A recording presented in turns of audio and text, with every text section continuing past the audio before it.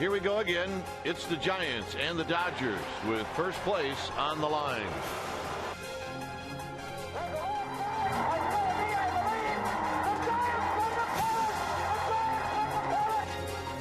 And he hits one high to deep left field and deep. Hollingsworth is back at the wall. It is out of here, and this one is over. These two rivals have written countless pages into the history books. Tonight, a new chapter is ready to begin. Next.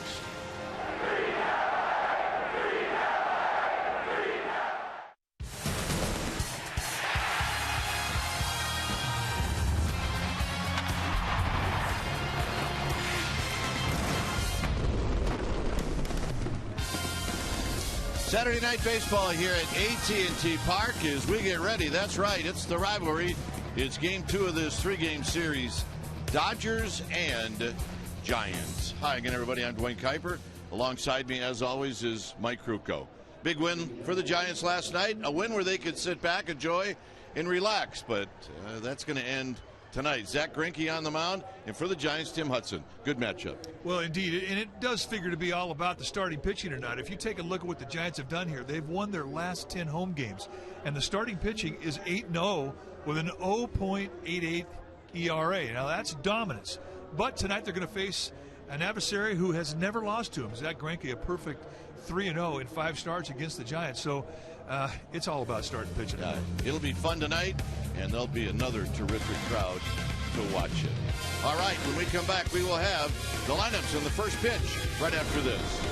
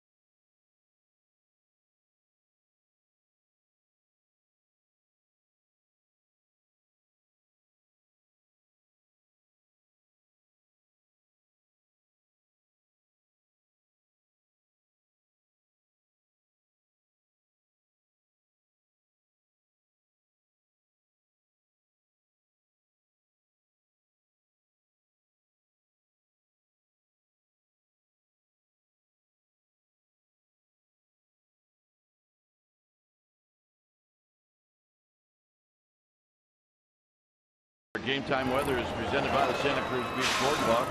The admission-free boardwalk is open weekend. 66 degrees here at the yard. Winds at 12 miles per hour. Humidity at 78%, and it is partly cloudy. Take a quick look at the Dodgers lineup. It'll be Gordon in the leadoff spot, followed by Puig, Gonzalez, and then Matt Kemp, who likes it here. Ramirez, Crawford, the former Giant Uribe, Ellis will hit 8th, and Zach Greinke will pitch and bat 9th. On the hill tonight for the Giants will be Tim Hudson, 39-year-old. making start number 29, 9-10 on the year with a 3.12 ERA. We'll talk about his stuff. And a first pitch strike. Take your bats against Tim Hudson. You are going to be aware of a sinking fastball. That's his backbone. He'll also cut it. When he's on, he'll have pinpoint control of the corners. He'll throw a changeup, a slider, curveball, everything off of that good sinking fastball. Gordon hitting .288. He did not play last night. It was Justin Turner who played second base. He's 0 for 3 lifetime against Hudson. But the big stat is 59 stolen bases. In at third is Sandoval, and that hits the outside corner 1 and 2. Adam Hamari is calling balls and strikes. And he's got a big zone. He's a good pitcher's zone. He's a guy who will give you the low strike, and he will give you some belt highs. And his corners, they can be big at times. They can fluctuate, but pretty much he looks for strikes. Got him, and that's how this game gets started. Good changeup to finish off Gordon. Let's take a look at our Nissan keys to the game. And number one, win the 90s. Last night, the Dodgers gave up a lot of 90-foot gifts with walks and sloppy defense. And the key to tonight's ball game is winning that battle of the 90s. Good defense, good smart baseball. You have to control Gordon, and he just got sent packing. Those are our Nissan keys to the games. Here's Puig. Puig did play last night, and he went 1 for 3. And he shoots the first pitch into left center field for a base hit. He's going to go for 2, and he made it. That might get looked at. That was pretty close. If there was contact made with the glove of panic, I think they may have a chance. I don't know if he indeed did touch him. But still, a great hustle play from Yasiel Puig here. He tagged him on the right arm. It's whether or not he touched the bag with his left hand before he got the tag on him. Not able to see at that angle.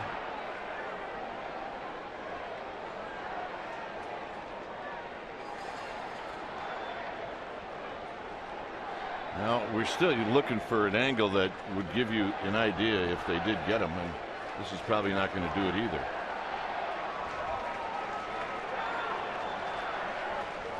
One more look. I think they got him. Yeah. I think they got him with that last look. But I think Mike, they did not want to be in a spot that they were in yesterday where it was such a close play. It was not overturned, and they were out of any appeals after the first inning. So here's Gonzalez. Gonzalez takes down low. He's hitting .277. He's got good numbers lifetime against Hudson. He's 10 for 23 with a couple of home runs. I'll tell you, that play from Puig is definitely an igniter. That's the type of a charge that Dodgers were looking for early in this game, given last night's defeat, going down 9-0. That could be a big play. Puig's got 8 steals. He's been thrown out 7 times. The guy who's had great success against Hudson in this Dodger lineup is in the batter's box right now. Gonzalez sees him well.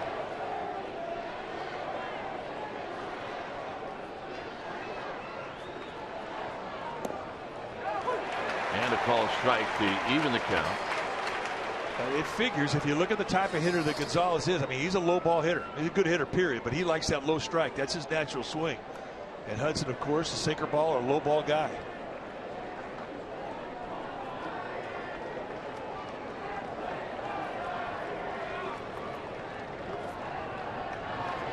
Way outside, 2 balls and 1 strike.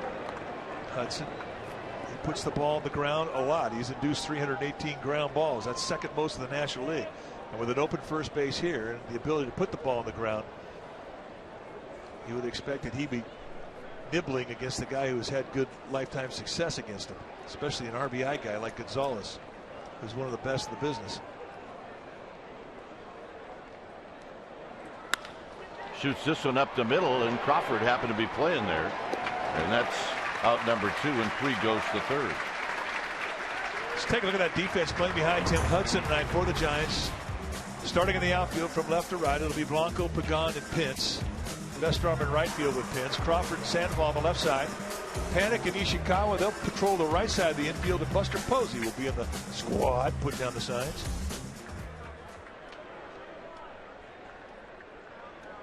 Here's Kemp. Kemp last night went 0 for 4.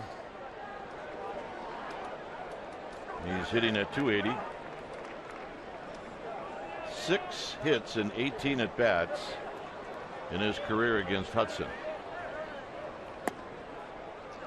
Hudson wanted it.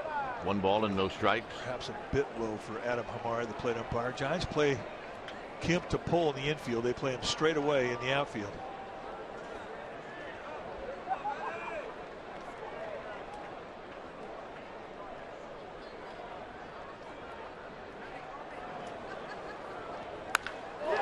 Hook down the left field line. It's going to put the Dodgers on the board. Kemp knocks in Puig. Into second base goes Kemp, and it's 1-0 LA.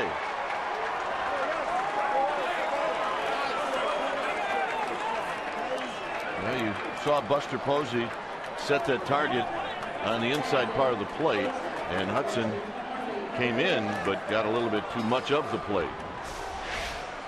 He wants to. You start it out in the inside corner, let the movement come off the plate in. You don't want to catch strike zone. And for Kemp, a nice job of digging that one out on the inside part of the plate. The only way you do that is if you're looking in. Nice 2-out hitting. So here's Ramirez. And Ramirez takes a strike. Look at that back door with that little sinker.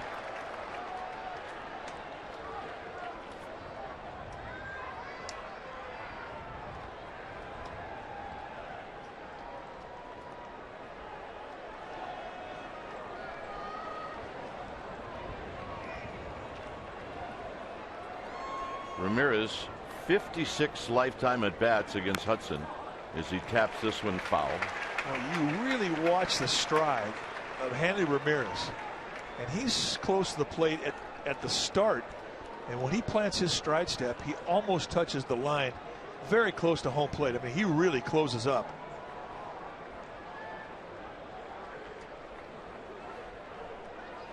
You see that type of a stride as a pitcher, you think, I have to go inside. And a lot of teams pitch it that way. Yeah, he'll plant slightly open, and when he takes that stride with that front step, it almost touches the line that's right close to home plate. Way outside. 1-2.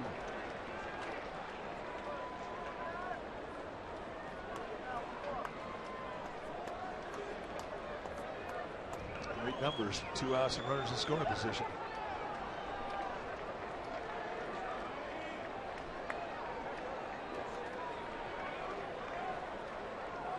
Watch where Buster Posey sets up. And that's driven to right. And this is going to be trouble. And that's a fair ball. So Ramirez has got a double. Kemp scores. It's 2-0.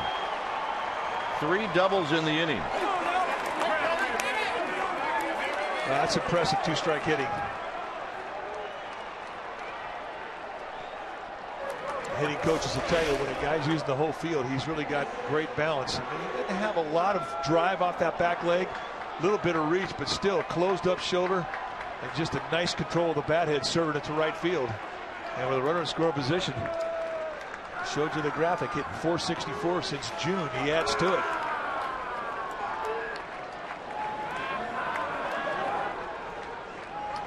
So here's Crawford, who is a hot hitter, and he takes a strike.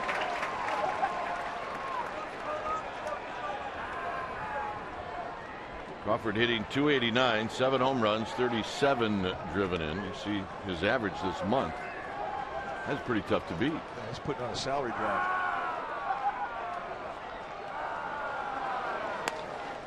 On the ground into right field, a base hit. Here comes Ramirez, and the Dodgers are doing to the Giants what the Giants did to the Dodgers last night. Hey, that's 3 base hits with 2 outs that have been productive in scoring a run. And this is basically the product of a hot hitter. Hudson gets that ground ball, which is what he's always pitching for. This one finds the hole. And that's our Expo, brought to you by your local Toyota dealer. So here's Uribe.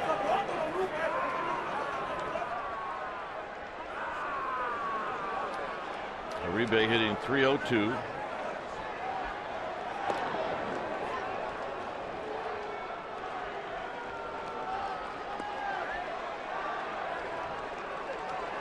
He's had 1 hit and 8 at bats in his career against Hudson. But he's also swung the bat well. You can see his last 11 games very productive. Runs that pitch inside. 1 ball and no strikes.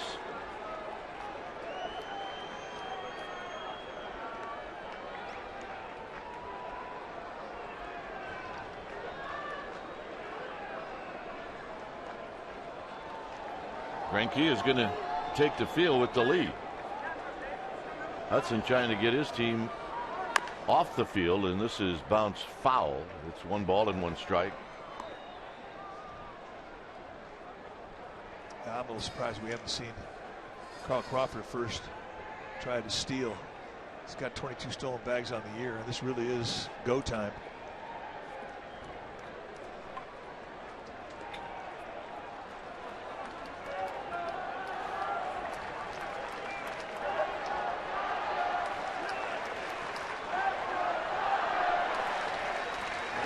Ishikawa digs it out. Who's Bochy thinking the same thing? Bochy, an old catcher. Get that 6th sense when you think that guy's starting to get a little bit leany towards second base. And he will pitch out in the 1-1.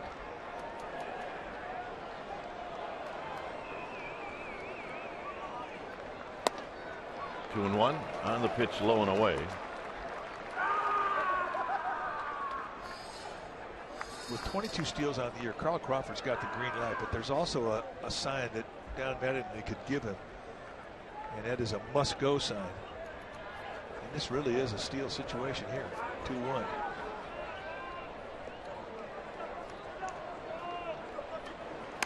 Hit on the ground, into the hole, and a base hit. So Uribe comes through with a hit. It's 5 hits in the inning. Dave Urgetti is just going to calm things down a little bit. Well, he's going to probably talk to Tim Hudson and tell him something that Hudson's heard a lot in his career, and that is, you're getting ground balls, they're finding holes, keep putting the ball on the ground. And even with that pep talk, Tim Lincecum is headed down to the bullpen. I expect Bruce Bochy to play this game like it's a playoff game.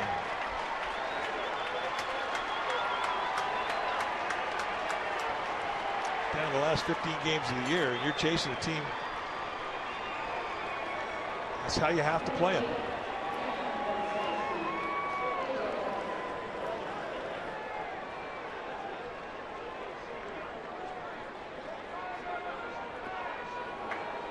So here's Ellis. Ellis last night took an 0 for 3. And he takes wide, 1 ball and no strikes.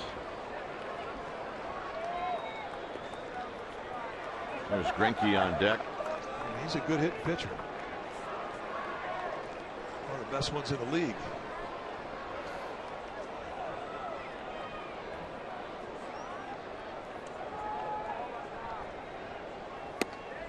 The breaking ball, 1 ball and 1 strike.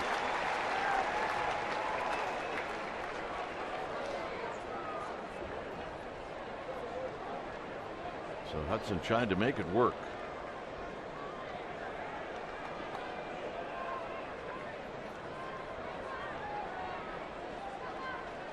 Crawford's at second. Uribe's at first. And another strike on a breaking ball, 1 and 2. I mean, he's got his command. It's not like he's getting beat on pitches up.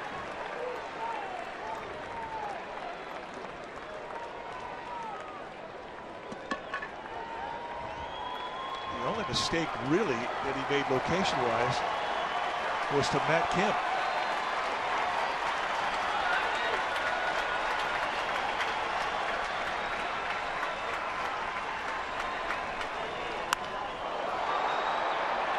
Pagan coming in, and he can't get it.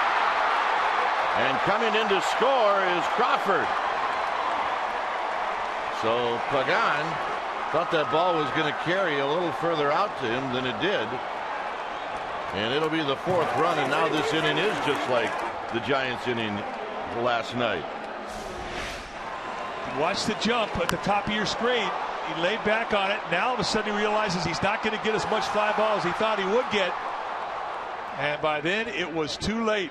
He couldn't make up the ground. Just out of reach.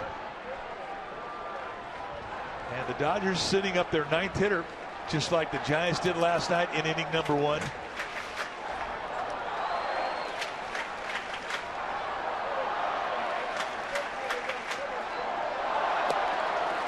Yeah, you're right. You have to be careful with this guy.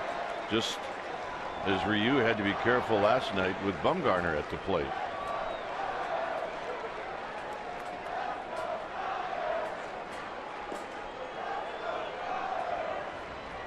One ball and no strikes.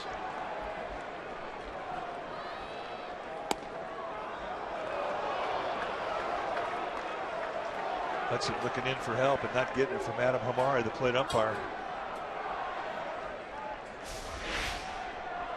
1-0 sinker, just a wee bit low.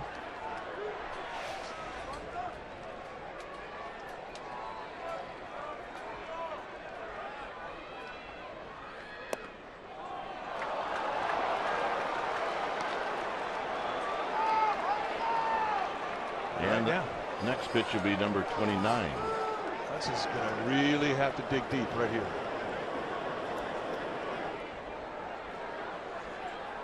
Lincesum's ready to go.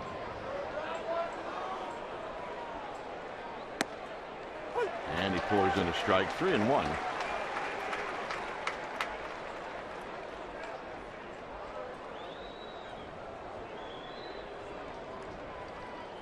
Uribe at third, Ellis at first.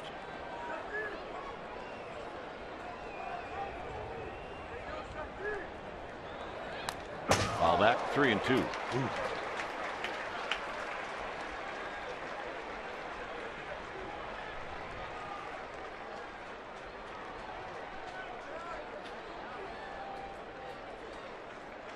Now the runner at first, Ellis, will be on the move.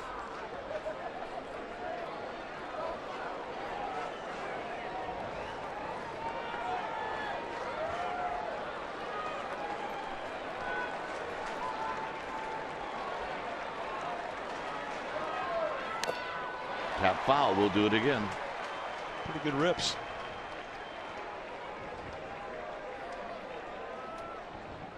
Three doubles and 3 singles here in the first inning.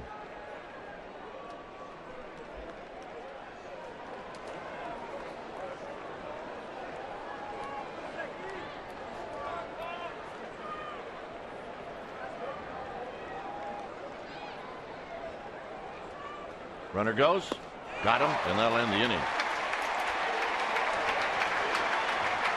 A 4 spot for the Dodgers. Giants are coming up.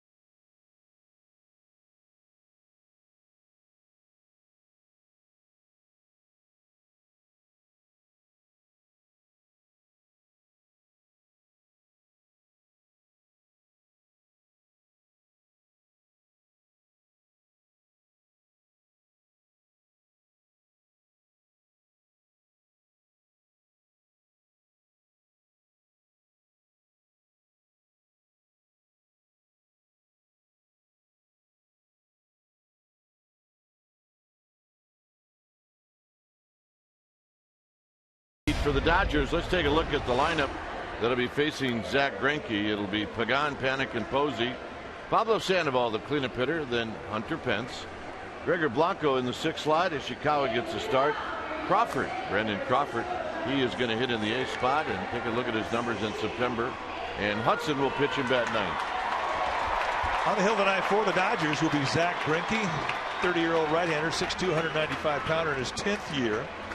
Right now he ranks amongst the National League leaders in wins, ERA, and strikeouts. That is all he's done in 28 starts. He's 14-8 with a 2.73 ERA, 186 strikeouts, and 178 innings against 41 walks. Will give you an idea what type of command he has. He'll cruise in the low 90s. He can go up and hit mid-90s and usually see that high velocity at 2 strike counts after he's established a speed with it. He'll sink and cut it, curveball, changeup, and he's got one of the best sliders in the game. Lifetime against the Giants, 3-0. And here's Pagan.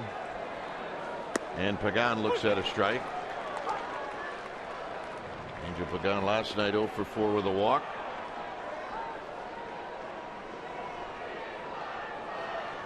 Panik and then Posey. Giants with their Gigantes unis tonight. And a base hit down the right field line. Pagan on the move. He's going to stop at second with a double. And that's a shot in the arm.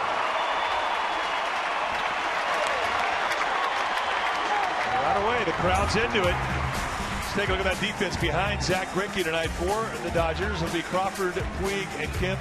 The best arm in center field with Puig, Ramirez, and Uribe on the left side. Gordon and Gonzalez on the right side. A.J. Ellis, he'll be in the squad, putting down the signs.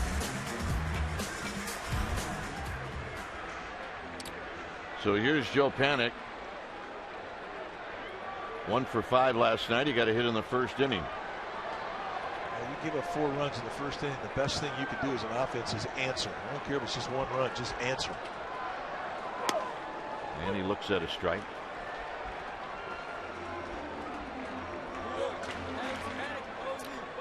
It's the attack of the triple P's. Panik, Posey, Pence.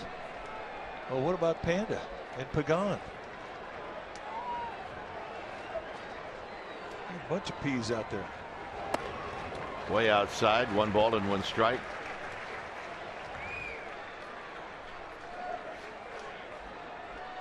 Panik's never had an at-bat off of Zach Greinke. The guy on deck has, and that's Buster Posey.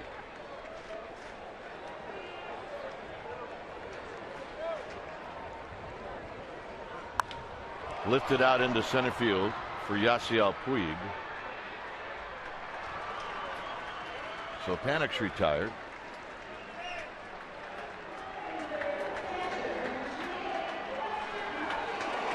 All right, time now for our Ford Ride choice. We take a look at most 3-hit games by catchers in the San Francisco Giants era since 1958.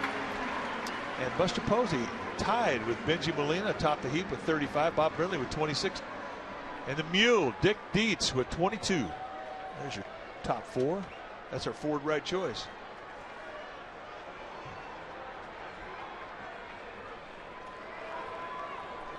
So here is Buster Posey. 4 for 14 are his numbers against Zach Greinke.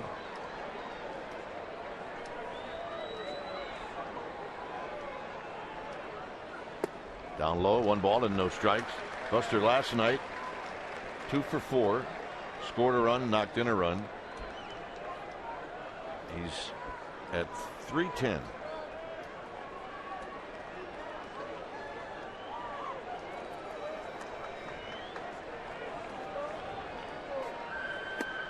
Off the plate, 2 balls and no strikes. It's that hard slider. This is not a situation where he'll take an open base, not with a 4-0 lead.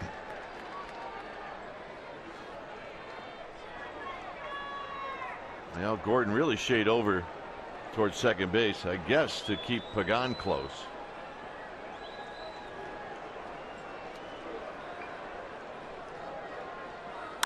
And he shoots it right into that hole. And this is going to be close, folks. And out at home plate is Pagan. With Kemp playing in shallow right field, a tough call for Tim Flannery. And Pagan is gunned down. Well, a tough call indeed, and I think it may have surprised Pagan with one out. You know that Kemp has always had a good assist arm. And Flannery put the pressure on the defense, and Kemp comes up with about as good a throw as you can come up.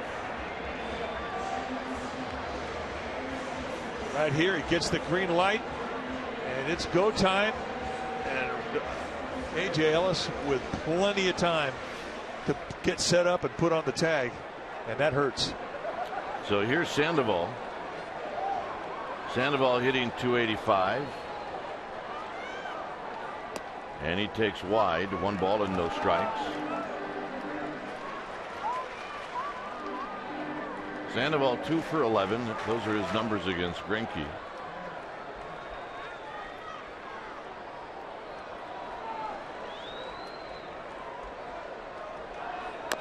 Taps this one slowly, and Greinke will put it away to end the inning.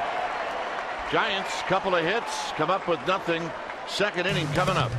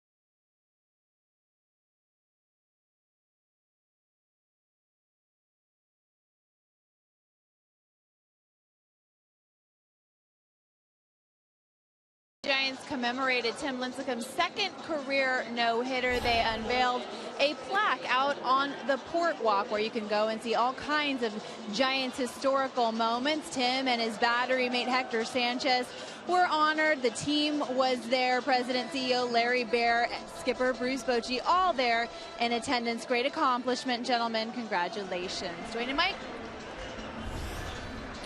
Very nicely done. Actually, my partner emceed that event, which always makes it much more special. Yeah, it's pretty special to be remembered like that as a player. Off the tip of Ishikawa's glove, and Gordon is aboard. Boy, just like that, Hudson right back in the stretch in one pitch. That plaque, by the way, the 23rd plaque now that the Giants have put out there, honoring the accomplishments that have happened in this ballpark.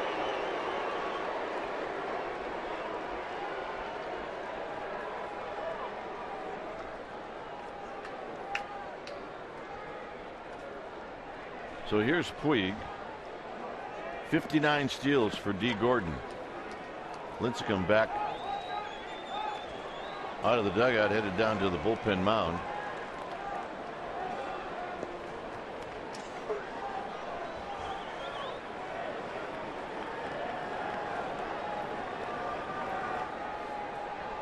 So Puig, who opened up the rally with a double with one out in the first inning. 59 stolen bases at first base. If you're Tim Hudson, you've got your hands full. You've got to give your catcher a chance. And Hudson very good at unloading very quickly. So Buster Posey will have a chance. Problem is, D. Gordon is so explosive that he can get down to second base in just about 3 seconds flat.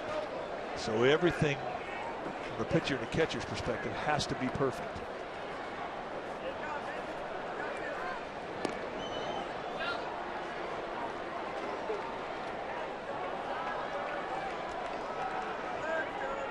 Pitcher's unload time's got to be about 1.1 second, and the catcher's got to be 1.9 or under, and then you have to have a perfect throw. That's the challenge defensively, to try and get a base stealer like Gordon.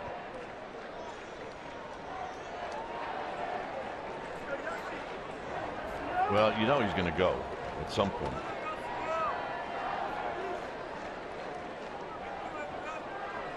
Not on that pitch, and there's a rocket over Crawford. Gordon is going to head to third, and another line drive with Gonzalez coming up. And that's it.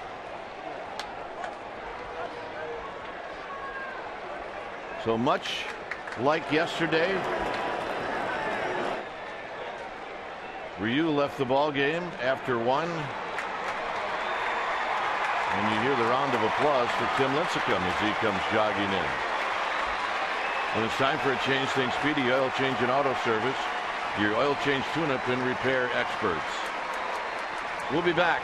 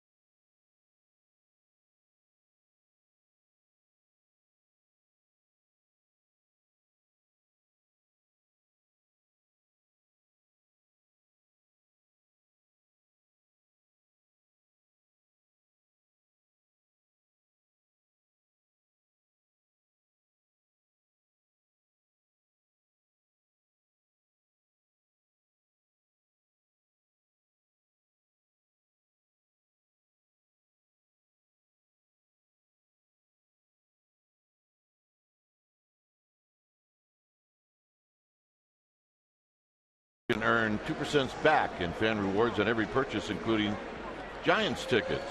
Plus, with all-in pricing, there are no surprise fees at checkout. StubHub, your ticket to upgrades and more. Well, Tim Lincecum got all heated up, and all of a sudden he stopped, called timeout, and ran over to Giants dugout and take off a piece of jewelry, and now he's good to go. So Tim Lincecum in relief of Tim Hudson, Hudson's shortest start of his career. He inherits a first and third with nobody out situation, and here are the numbers for Lincecum in 29 games. He's 10-9 with a 4.67 ERA. Lincecum with 4 pitches, really 2 types of fastball, but then a curveball, slider, and a split. Those are our specialty pitches.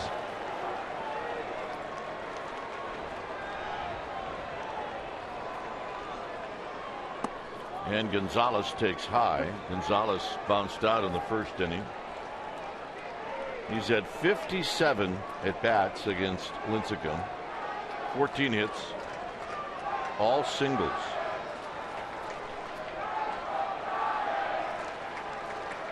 Here he lines this one into center field. That'll be a base hit. Gordon's going to score easily, and it's 5-0. So the hits just keep coming, and that'll bring up Kemp. Well, that's 9 hits now. And Giants pitching has only been able to get 3 outs.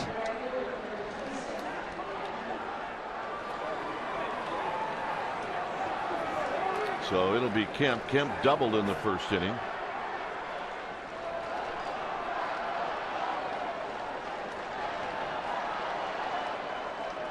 Got to pay attention now to Puig because he will try and steal.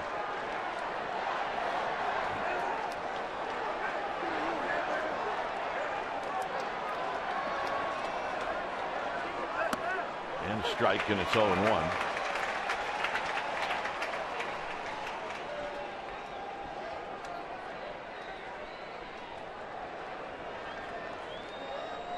We get second, Gonzalez at first.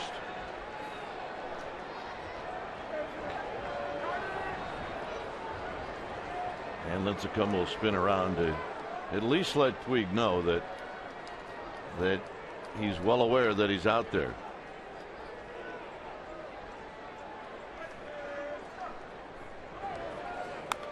Foul back. Kemp had a good rip. It's 0-2. Kemp is 10 for 48 against Lincecum lifetime with a double.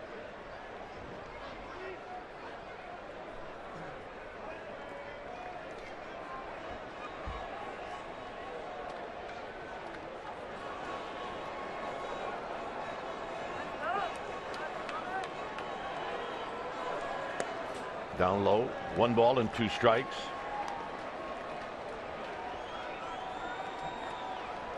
Lincecum prefers the 2-seam fastball over the 4-seam fastball. He will get some ground balls if he's down around the knees with it. All of his specialty pitches, if he's down knee high or below, he'll get ground balls with it. And that's a fair ball down the left field line. It's going to score Puig. Gonzalez is going to stop at third, and Kemp has another double, and that's 4 hits now in the second inning.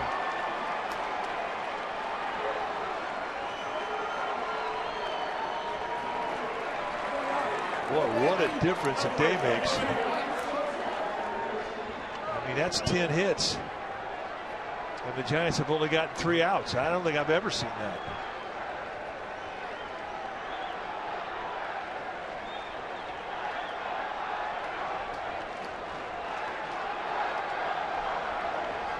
So here's Ramirez. Ramirez doubled in the first inning. And he takes down low, blocked by Buster Posey. 2-strike hitting with Matt Kemp, and you can see Puig coming around. Easy score standing up. Dodgers tonight, as far as the score position, have been putting on a clinic.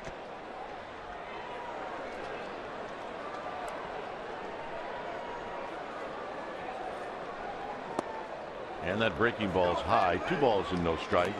Ramirez not the kind of hitter you want to hang off speed stiff up above the belt.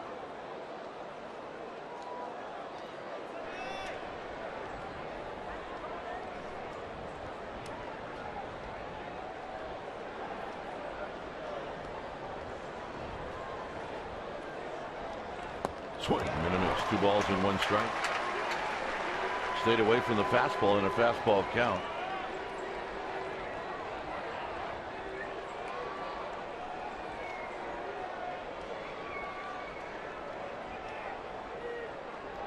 Gonzalez at third.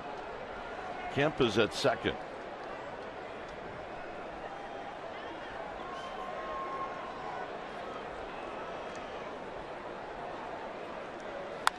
Line drive, base hit. Everybody moves up a base. Coming in to score is Gonzalez, as Buster Posey flags it down.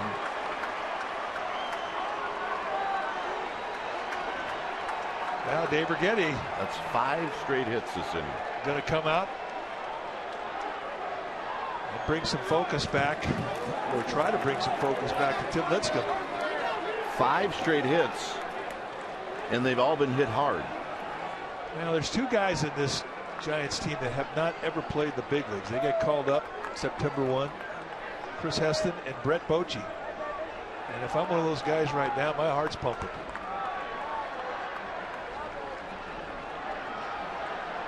Because they may get a call real soon here. Well, the Giants would like to obviously see how things are progressing with Tim Lincecum as he tries to deal with his mechanics.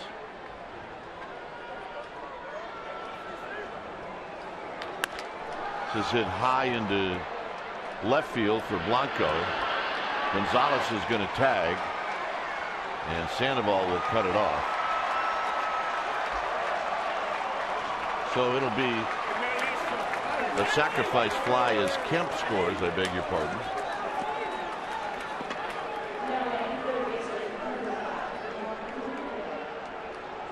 So it's 8-0 here in the second inning. And that was the first out recorded, and here's Juan Uribe.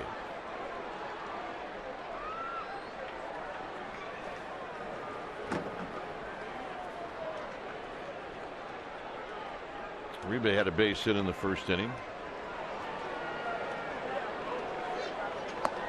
The only hitter now that doesn't have a hit in this Dodger lineup is Zach Greinke.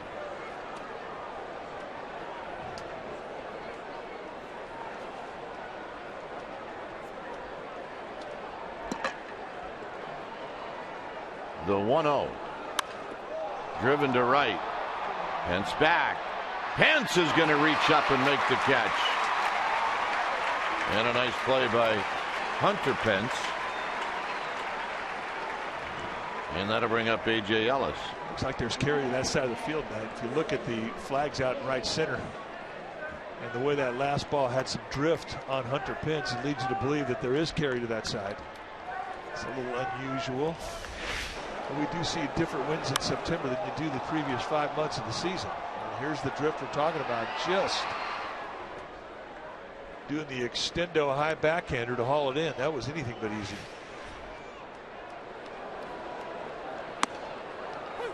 Ellis takes a strike.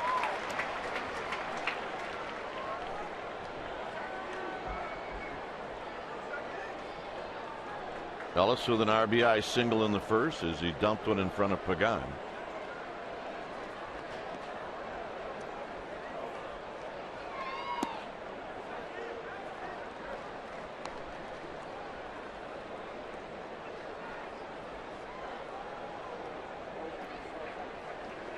Grenkie is on deck. We're in the second inning.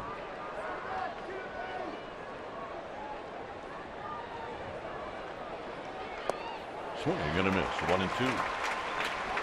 And that's where he needs to be with the specialty pitches. I mean, he's got to have those things snapping to where they're caught either mid shin bone or just above the dirt. If he's rolling that curveball, slider, or split, and they're breaking it, they're getting caught above the knee. That's not good.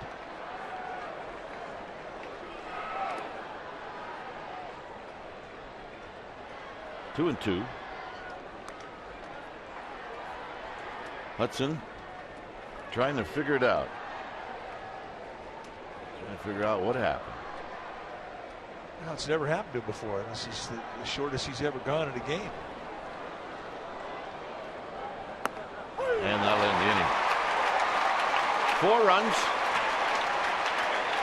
Dodgers 8, Giants nothing.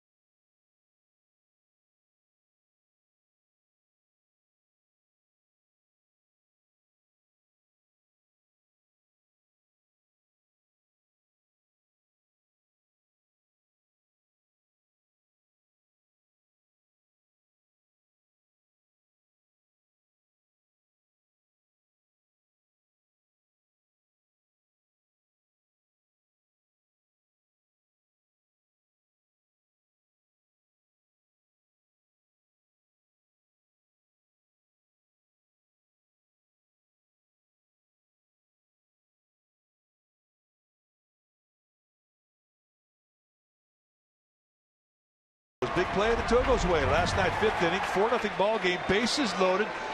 Big RBI guy in the batter's box, and Bumgarner gets Adrian Gonzalez to fly out with the bases loaded. That ended the inning and preserved the shutout. And that is our Togo's big play, the Togo's way. Here's Pence. Pence takes a breaking ball, 1 ball and no strikes. Hey, we want to say hello to Bob Sokoloff, who is watching. He's a little under the weather. One of the Giants investors and one of our favorites of all time. So Bob, get well. Thinking of you. 1 ball and 1 strike.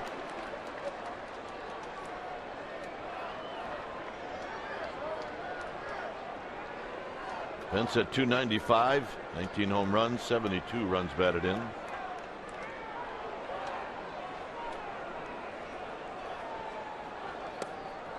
One and 2. Curveball. You know, the thing about Grenkie too is, I mean, he's got good pitches anyway, but he's got such nice feel with all of his pitches. He can add and subtract velocities on everything.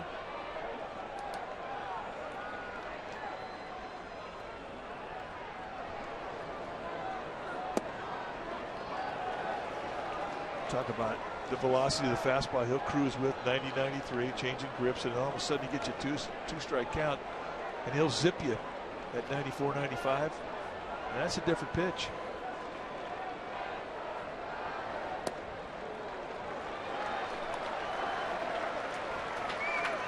So Pence works it to a full count.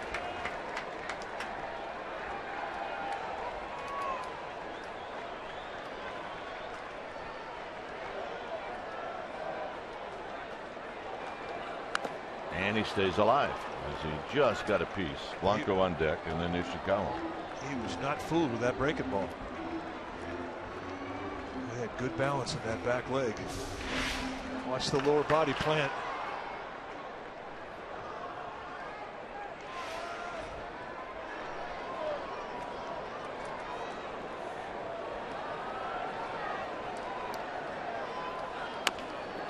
Tapped slowly to third. It's a foul ball.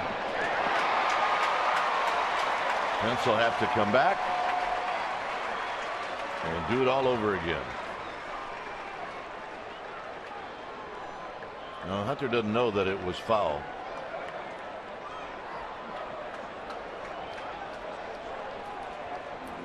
Roberto Kelly's got to help out a little bit there. Giants first base coach. Hunter Pence is thinking, I got another infield hit.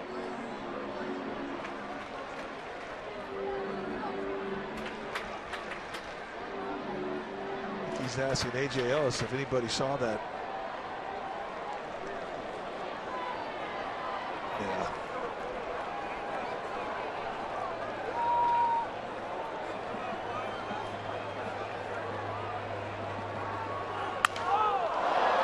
On the ground to Ramirez on the broken bat, and Pence is retired. And here's Blanco. That's a big league saw job right there.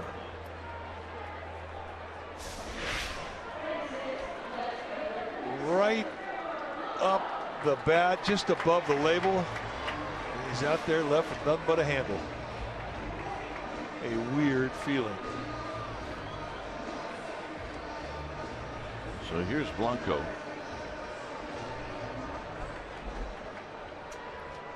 .266 for Gregor Blanco.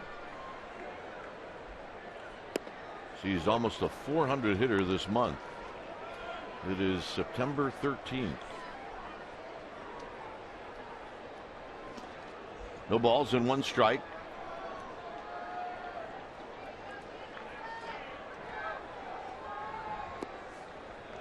Travis Ishikawa is on deck.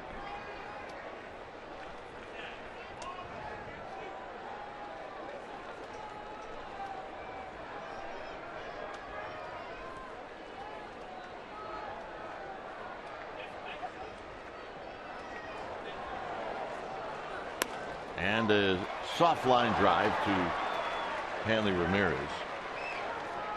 Here's our Geico quote. Travis Ishikawa, last night's splash homer, said, I was telling someone in the dugout it took me 8 years to do that.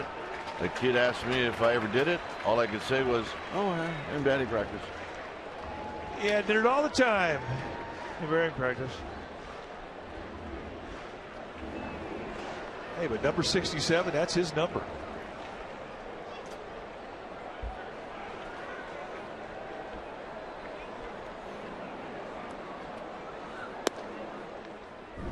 And what does a splash home run look like? It looks like this. Lit fastball right there at the belt, and he went way into the pond.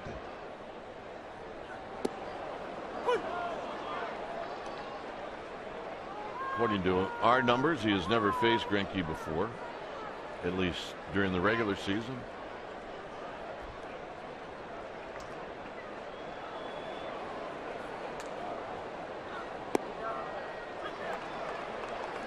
So back-to-back strikes, it's 1-2. I had to tell you something. My scorecard looks horrible. Looks like it's bleed. You fill in those boxes with the red when they score a run. It looked great last night. Tonight, horrible. Yeah, it's early.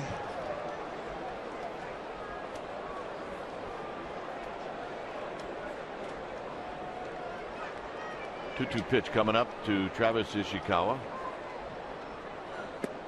And he got him. Ishikawa's not buying it. Grenke's going to lead things off.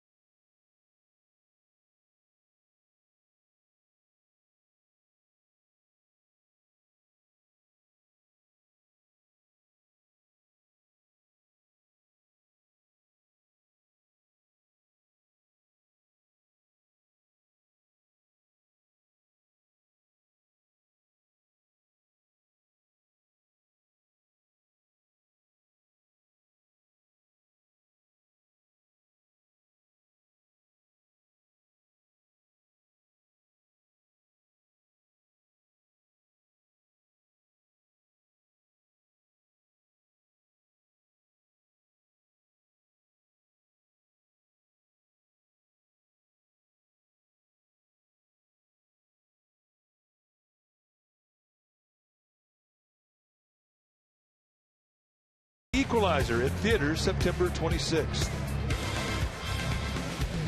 If Denzel Washington's in it, I'm going to see it. Yeah, I'm in. 8-0. Dodgers. Here's Greinke. Greinke struck out in the first. Here he takes a pitch as he goes around. It's no balls and one strike.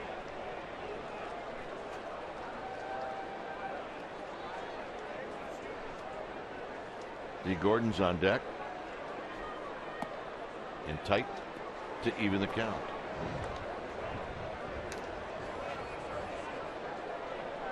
Let's come trying to find that release point. And when he does, he gets the big three. He gets command, he gets velocity, and he gets pitch performance. And right now, he doesn't have it.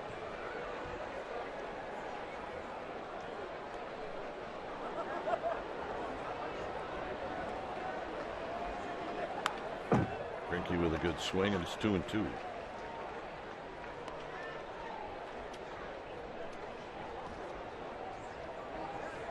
Think about the Dodgers. This is the 18th hitter they've sent up in this game here as we start the third inning. There hasn't been one guy fooled.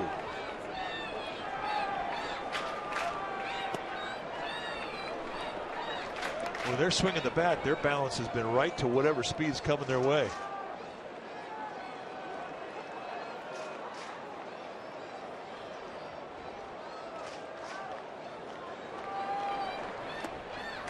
And the walk.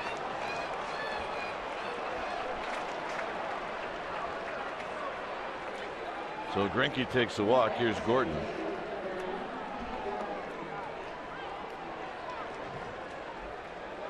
I see Lincecum's strategy. I do. What's that? Walk the pitcher, tire him out. Make him run the bases a little bit. I hadn't thought of that.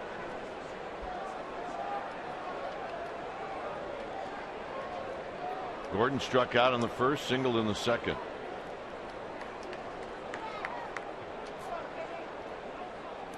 Down low, blocked by Buster Posey. 1 ball and no strikes.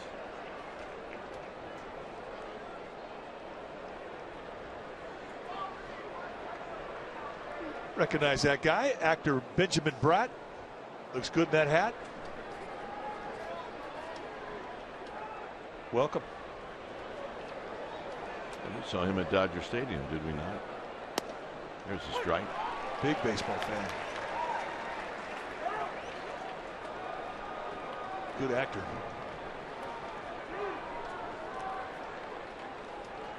On his son. That's what dads do. 1 ball and 1 strike. On the ground to Crawford. Crawford to Panic. Panic to Ishikawa. No chance.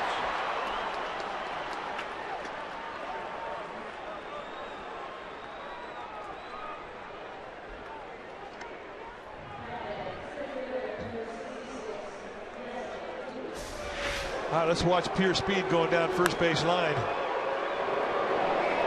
It's just an easy coach there. You're not going to get him on a double play on a ball that's not hit especially hard, and that was not.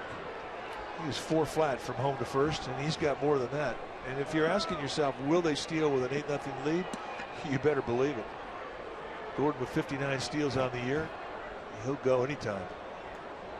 Dodgers just watched the Giants score 9 runs last night, and they are going to put the pedal down.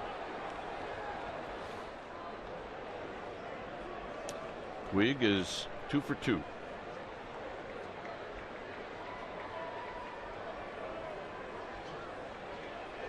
The hotter he gets, the longer it takes to get him in the batter's box.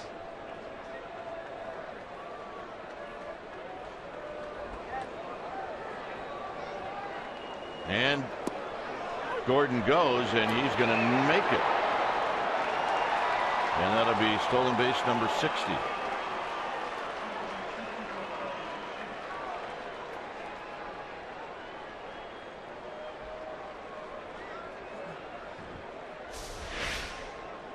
Didn't look like Bochy was too enthusiastic about it. But as I said before, I mean, Dodgers watched the Giants score 9 last night, and they're going to try and make a statement in this game. Well, plus it's the 3rd inning. Right. Popped out of play, and if you don't keep an eye on Gordon at second, he's going to try to steal 3rd.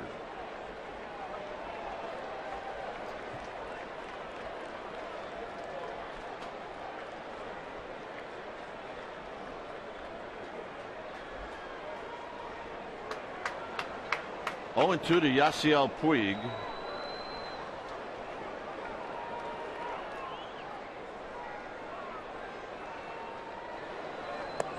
And tight 1-2.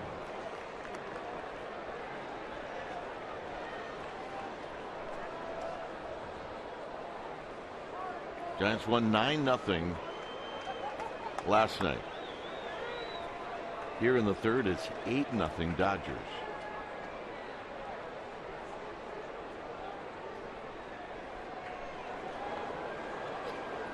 And the 1-2. And that hit him.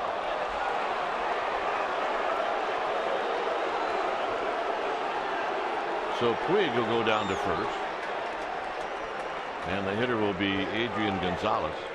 Yeah, drop a little stank guy in Lincecum. See where he got him.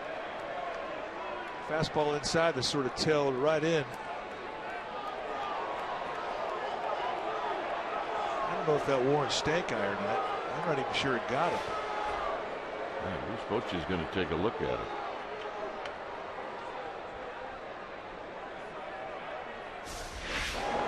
Let's hear something. Yeah, perhaps it grazed him a bit. Yep.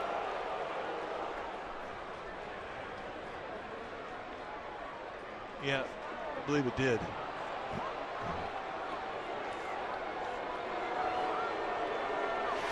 So here's Gonzalez. Gonzalez is 1 for 2.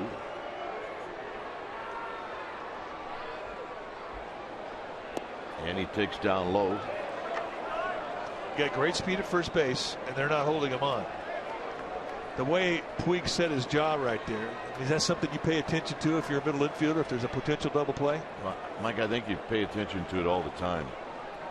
When a runner gets hit and that first baseman's not holding him on.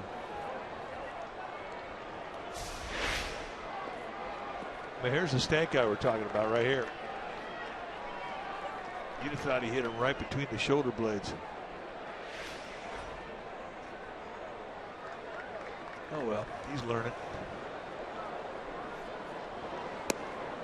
3-0.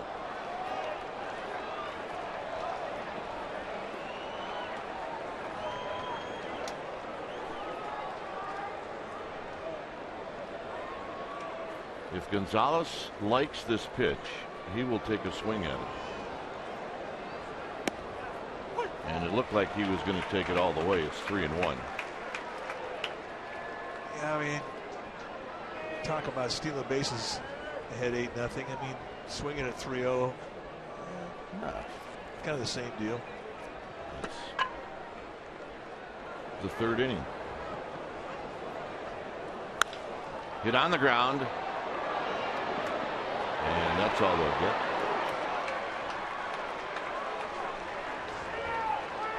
You got to get one for sure. Well, you saw the way he went into second base.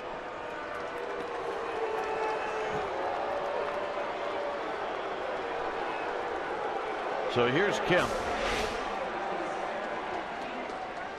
Get it and get out of the way. That's clean. Hard but clean.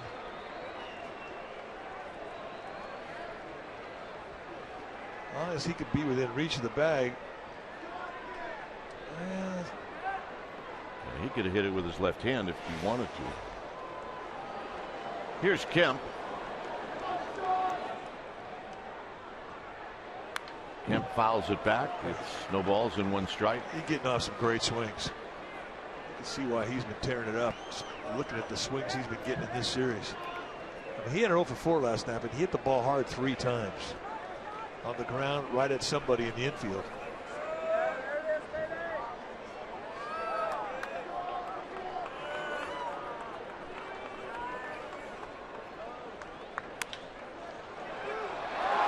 Crawford can't get it. It's going to be an infield hit. And coming in to score is Gordon. And tonight they're finding holes.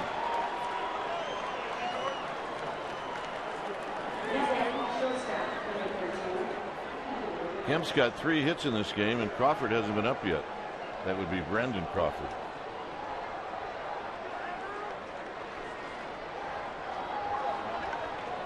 So here's Hanley Ramirez.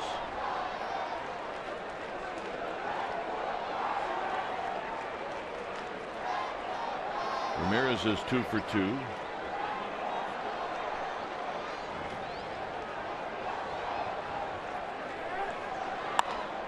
And he loops this one into right center field, and Pagan's going to put it away. Dodgers pick up a run. It's 9-0.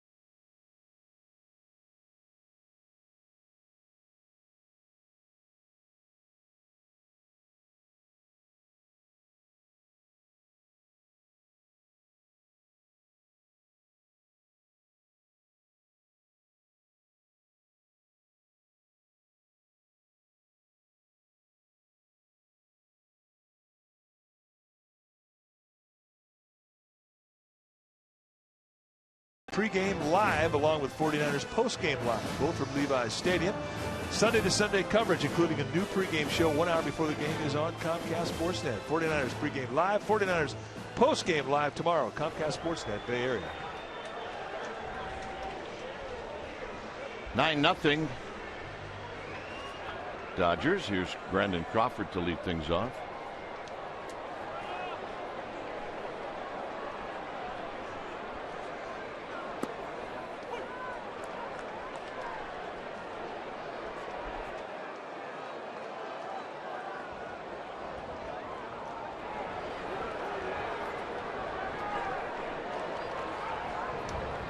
Crawford, Lincecum, and then Pagan.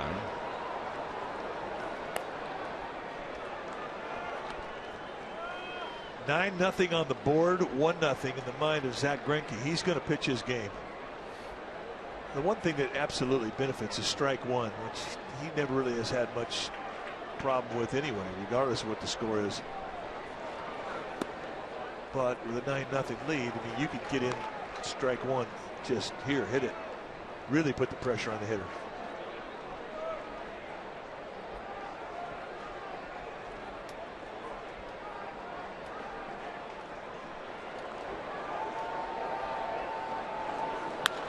Crawford fouled.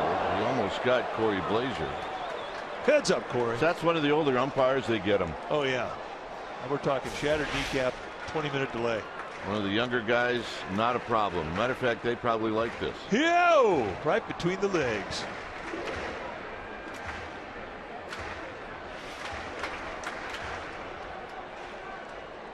2-2 to Crawford.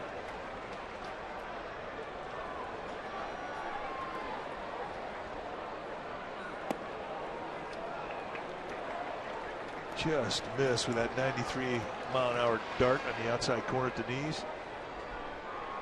The thing about Greinke, I mean, he's got great stuff and uncanny command of it.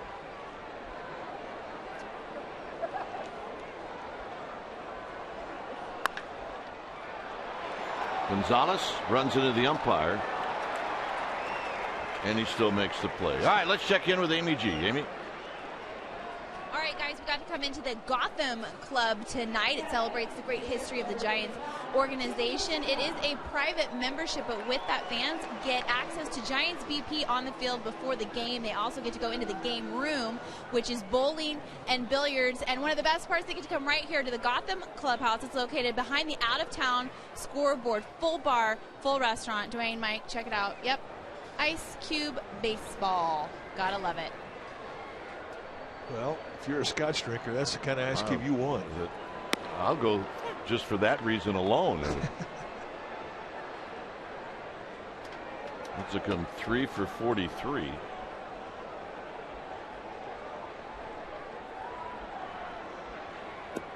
And a strike. It's 0-2.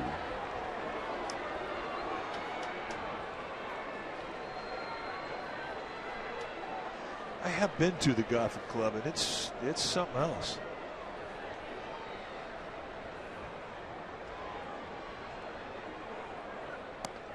And the Gotham Club that's behind the out-of-town scoreboard in right field, I mean, the guys are out there working the board during the game. So that's going on. You can see through the fence and watch the game, and you also look to the other side. You can see McCovey Cove.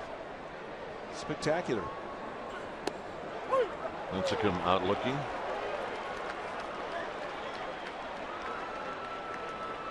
So they're actually working. The out-of-town scoreboard guys? Which means you cannot partake in a beverage. Unless it's after the game. And then all bets are off. But if you're part of the club, you can have a beverage during the game. Unless you're working the out-of-town scoreboard. Here's Pagan, who doubled in the first inning.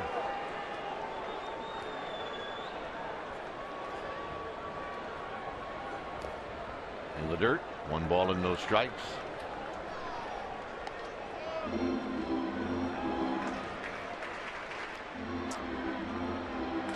If this game moves along like it's moving along now,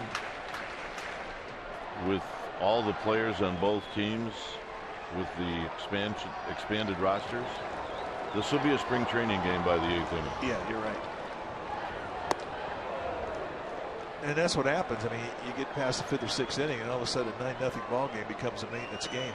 Guys who need to pitch, guys who need some rest, and it all starts to unfold. Well, guys that haven't ever been in a game. Well, Chris Heston, Brett Bochy. Now, those are the pitchers who've never been in a game. This pop-up is right on top of the mound, and Uribe will save the day and put it away. 4th inning coming up.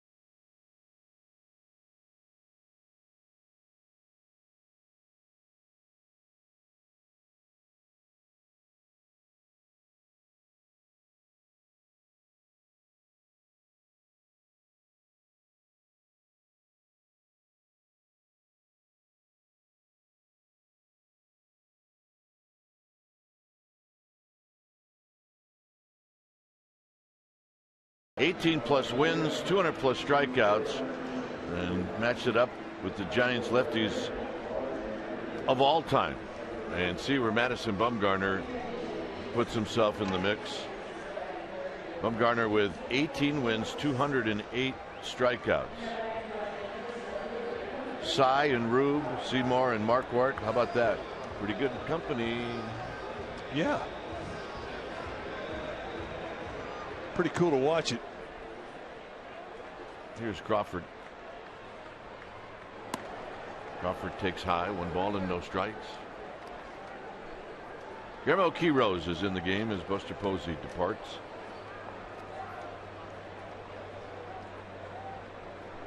Crawford fouls it out of play on a high fastball. Well, Buster Posey has not been missing any ball games. A chance for him to get a little rest going into tomorrow's day game.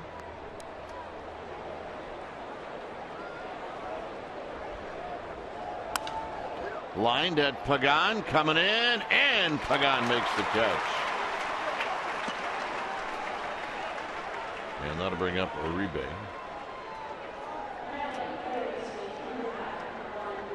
Uribe singled in the first and lined out to Hunter Pence in right field. Pence made a really nice catch on the track.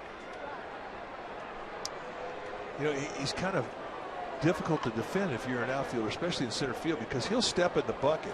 You're thinking his whole body says left field, and then he'll hit a ball to right field. And it's kind of like the home run he hit in Philadelphia in the NLCS in 2010.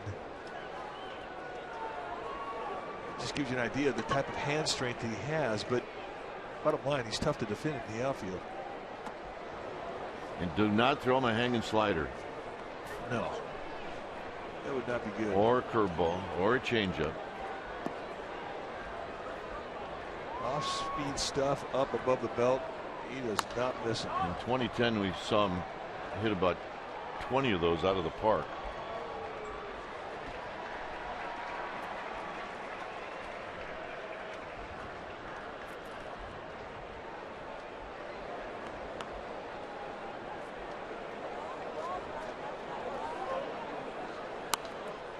And a healthy rip, and it's 2-2. Looks like his back is locking up on him. It looked like he's too comfortable. Of course, those are pretty healthy swings. Yeah, he doesn't use a 3-wood, does he? No. High, deep, Blanco back, gone. And it's 10-0.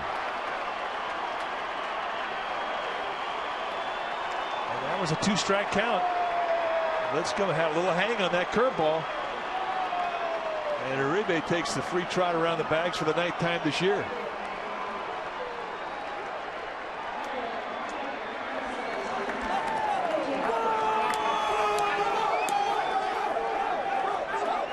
So here's Ellis. Ellis is singled and he's struck out.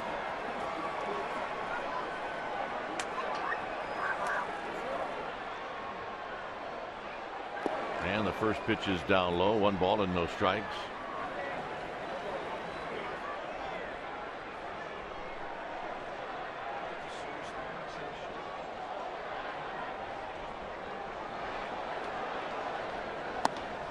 Look out.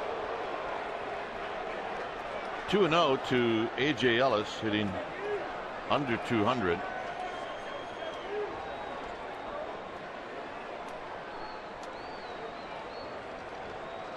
And Lincesum comes back with a strike. I thought we'd mentioned earlier about don't hang anything to Uribe. Well, that was the point. That was the scout report. Sandoval has it on a big hop. 2 outs. Take a look at the hang time on this breaking ball. Right out over the middle of the plate, about just a tad below the belt. Boom.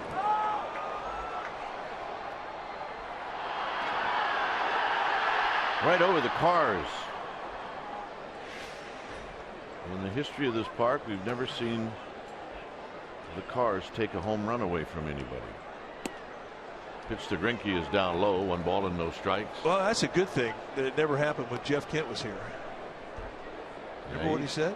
He did. He said if it ever happens where he hits one and it hits the top of that woody out there, that he would come in the middle of the night with an electric saw and saw that thing even with the rest of the wall. You know, and he said it. And he meant it. And we all laughed a little bit, but he was serious. The woody was going down. We've never seen the top of that card take a home run away from anybody. Ricky takes low. 2 balls and 1 strike.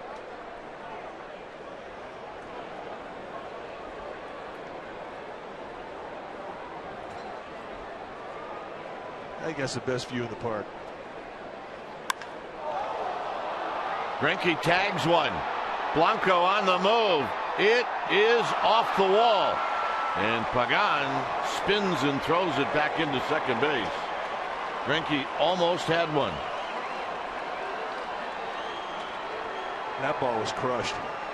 That ball was hit better than the home run. And with that, the Giants are going to get some activity in their bullpen.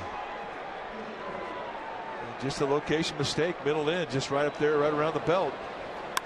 And Greinke hits it. He starts going into the trot.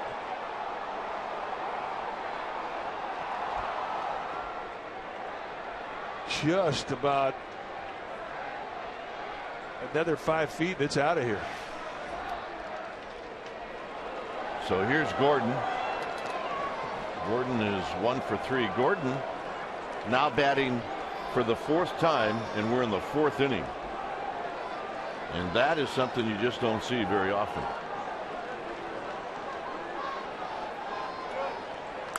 And he hits this one up the middle, and a base hit. And Greinke is going to take his time coming in to score, and it's 11-0.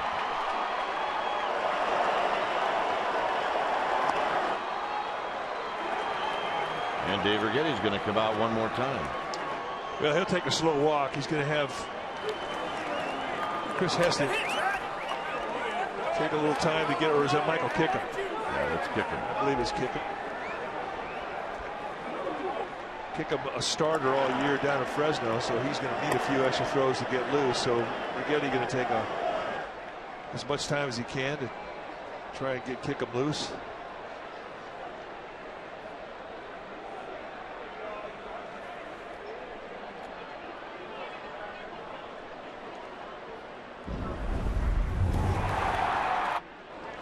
With a 2-strike count in the 3rd inning, Lincesum throws a fastball. It just grazed the left hand of Yasiel Puig, who dropped some stank eye on Lincesum.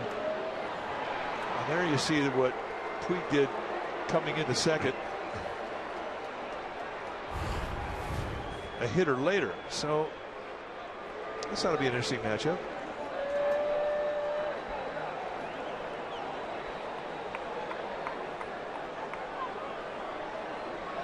Two for two on the afternoon for Yasiel Puig. Hits this one on the ground to Crawford, and that'll end the inning. 2 runs, one on a home run by Juan Uribe, the other on a double and a single. Bottom of the 4th coming up, 11-0 Dodgers.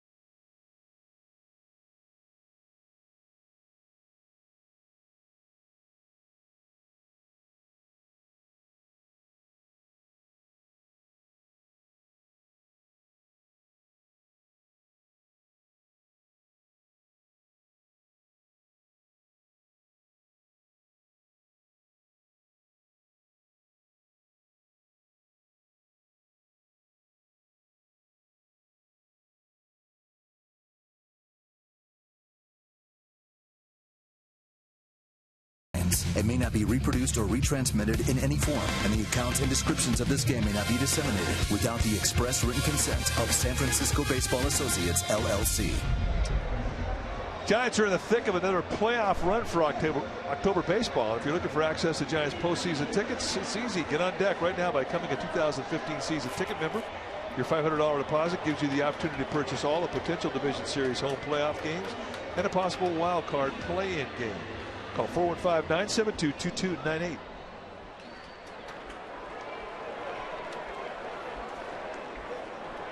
So here's Joe Panik.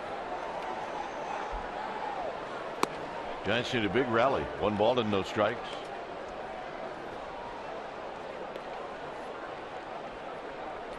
Panik hit a fly ball to center field in the 1st inning.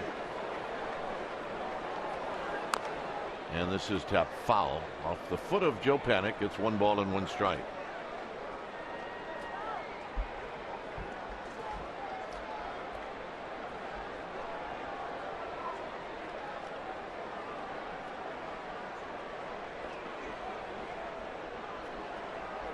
Hey, the Potomac is alive and well. And if it takes a right here, it'll come into the Cove. I hope it does. And this is a 1-hopper to Gonzalez. 1 out. When John Miller was honored by winning the Ford C. Frick Award, which essentially puts him in the Hall of Fame, his celebration party was on the Potomac. What a great day that was. John Miller joining Lon Simmons and Russ Hodges, other recipients of the Ford C. Frick Award. Here's Guillermo Quiroz. And Quiros takes a strike.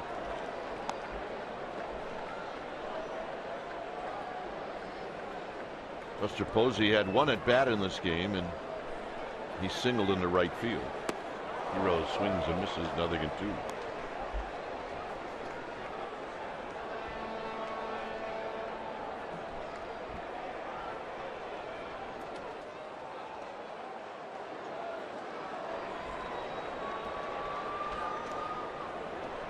Pablo Sandoval on deck. We're in the Giants half of the 4th inning.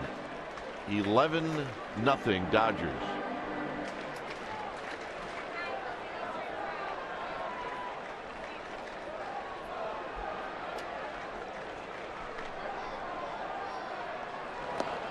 Two and 2 to Quiros.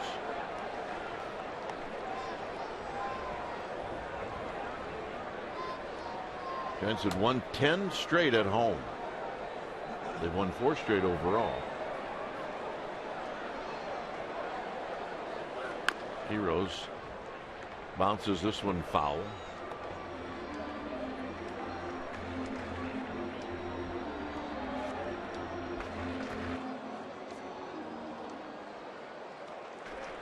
They have a single game left tomorrow and then 3 more in LA against the Dodgers. Out of play. Well, I got to tell you, I didn't anticipate the type of games we've seen the first 2 games of the series. I really thought we'd see more starting pitching than what we've seen. A 9-0 victory last night for the Giants. Tonight, 11-0 lead for the Dodgers. Well, Bumgarner was great last night. So far, Greinke has been terrific tonight.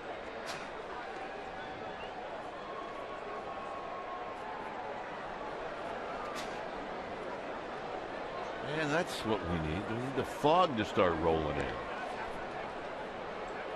The air conditioning? Yes.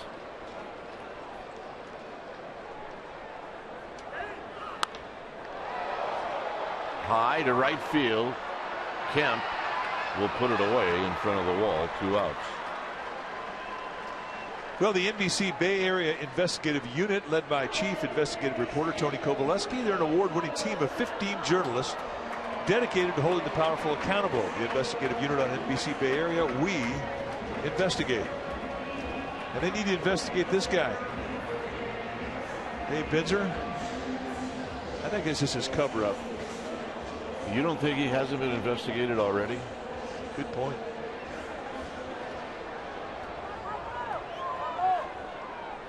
Here's Sandoval. Sandoval takes low. 1 ball and no strikes.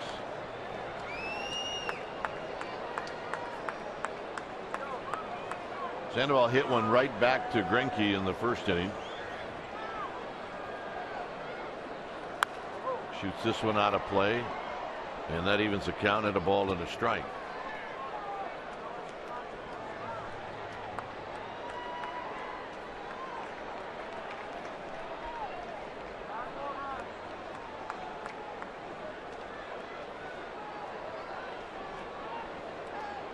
One pitch. Here it is to the Panda.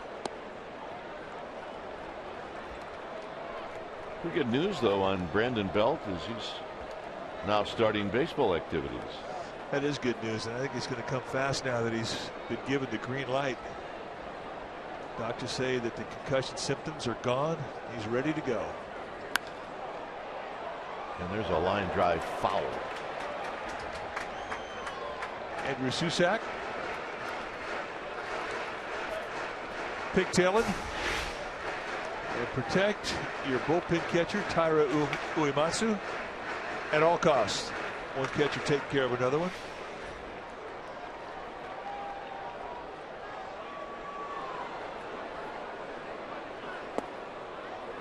And a full count now to Sandoval. Yeah, it's not ever a good sign when the rally caps are on in the 2nd inning. Yeah, that's not good.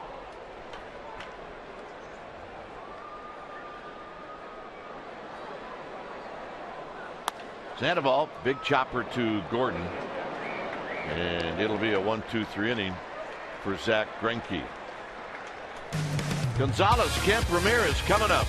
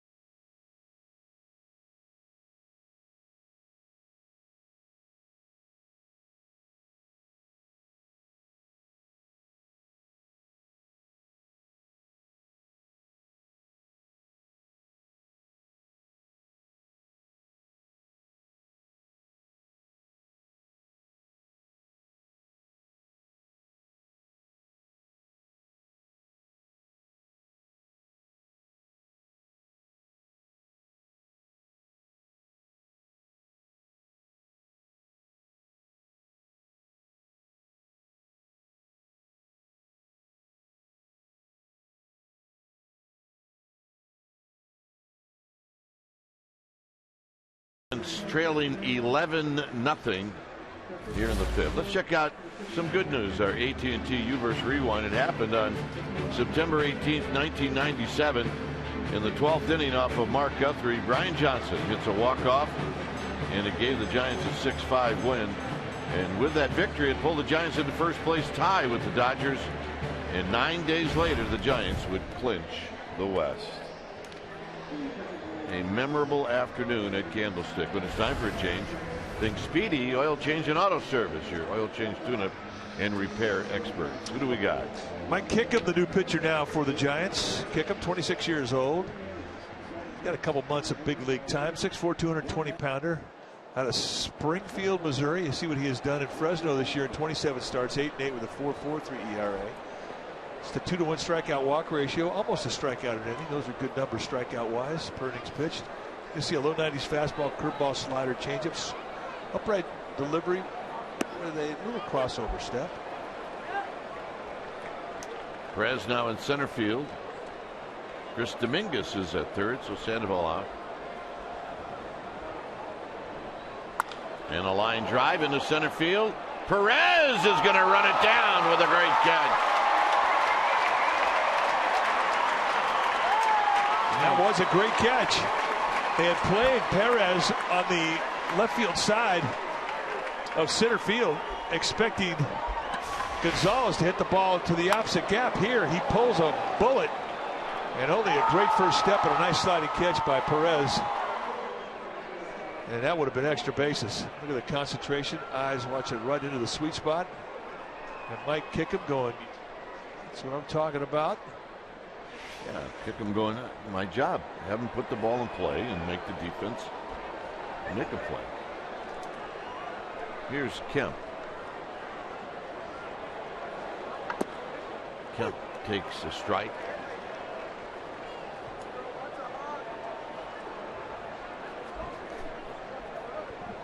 Hanley Ramirez on deck.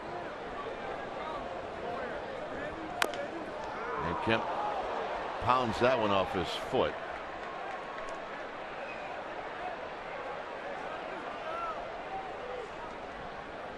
And it may take a while to walk this one off. That's the problem with the big fellas. You know, everything is hit a little bit louder. Even balls into your foot. And I mean, that's a direct hit. And he hit that ball pretty well.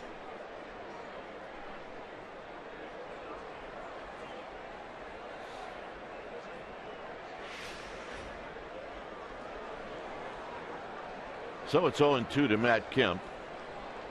There's no joy inside that left shoe.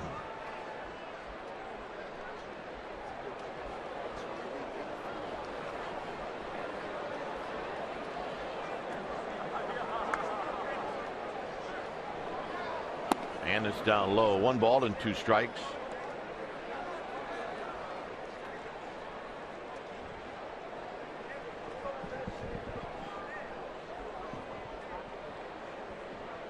Overshift is on now for Kemp. And Kemp goes around. And he might actually be happy about that. I don't know how you can get your heart into it at bat. You got an 11-0 lead. You just hit a bullet off your toe. And that may get him out of the game, too. So here's Hanley Ramirez.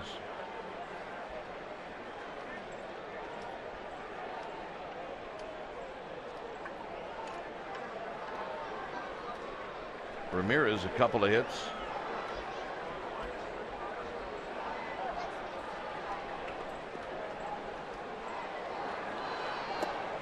One ball and no strikes.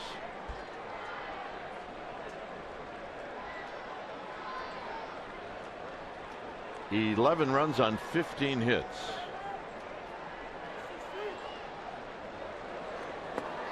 Two and 0.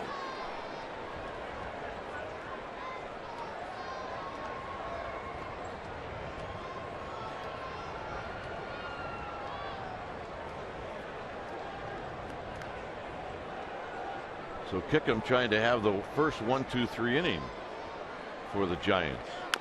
This is hit slowly foul to Dominguez, and it's 2 balls and 1 strike. Dominguez played a lot of short at AAA. He's a big guy. You stand next to him and you start thinking, what? Short? Yeah, he fills out a uni. He's 6'4", 235. And that's a conservative estimate.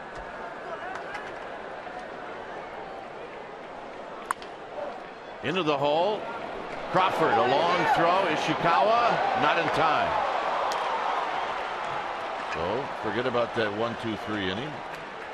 Ramirez with his 3rd hit.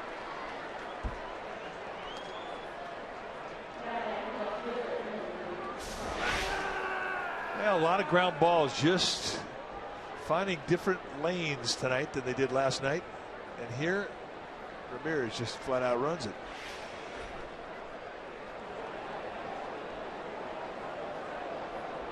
So here's Crawford.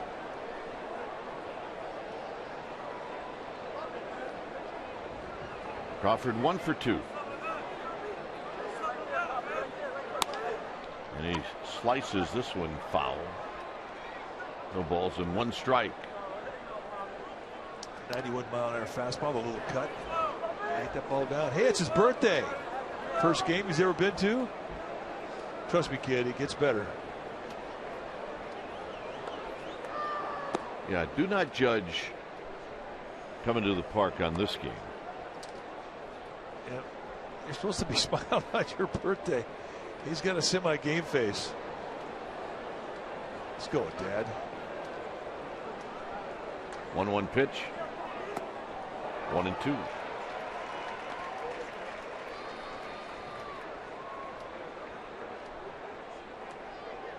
Uribe on deck should the inning continue.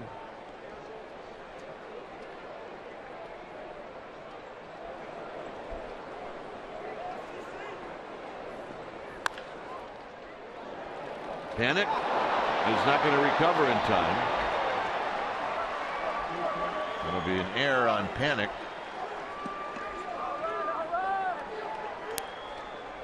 Those are the errors you make as a middle infielder where you wish Gonzalez was running. Yeah, I've got this one, hits him in the glove, and really he's been a very sure-handed infielder since he's come up. That's one of the few blemishes that he's had. You know, and concentration will leave a player in an 11-0 ball game. Well, plus you don't even know that that's happening.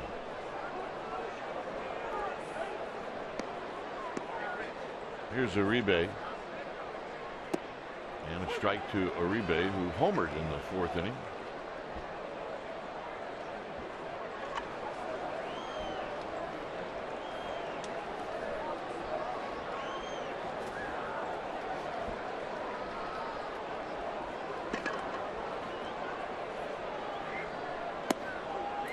And another strike at the knees, 0-2. Yeah, these are situations that a big league hitter, they're not ever going to feel sorry for a scorer or a rookie. They're just not. In Uribe's mind, he's got 2 ducks on the pond. He's going to try and have a big night.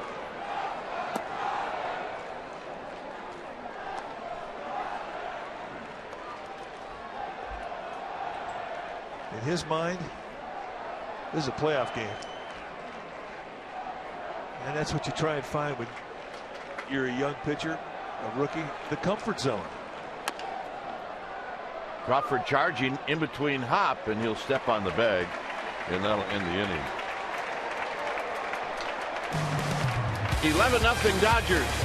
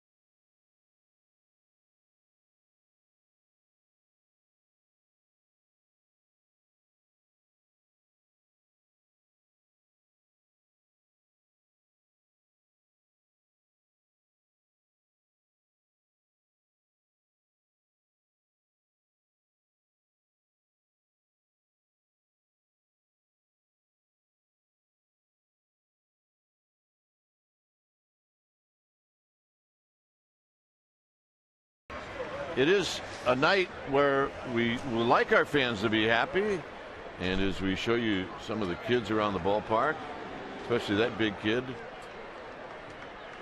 they're all happy. And why? Because it's our Prius Get Happy Cam. As here's Hunter Pence to lead things off. Breaking ball and a swing and a miss. One change. And that's Jock Peterson, the kid from Palo Alto. He is now in right field as Pence fouls this one, and it's 0-2. Yeah, once Matt Kemp hit that ball off his toe, you figured his night would be coming to an end in an 11-0 ball game. And Jock Peterson for Palo Alto, who's got, I'm sure, a sizable pass list tonight. He's going to be pretty excited about getting in the game. Pence chases a high fastball. He's gone. And let's check in with Amy G. Amy, save us. Okay, let's look at a fun photo. Let's check out our fan photo of tonight. Tweet it to us, hashtag CSNBA fan photo. Put your name and hometown. Tonight's winners, Anthony Ramirez and Bobby Carter. They're from Modesto, and they say it's time to add one more to the case. I agree. Gentlemen, did it work, Dwayne? Did it work? I'm much happier now, Amy. Thanks. I appreciate it. Here's Blanco.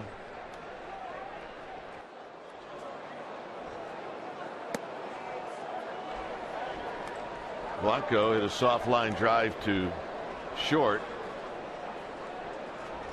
1 ball and no strikes. Well, Amer the Gamer picking us up.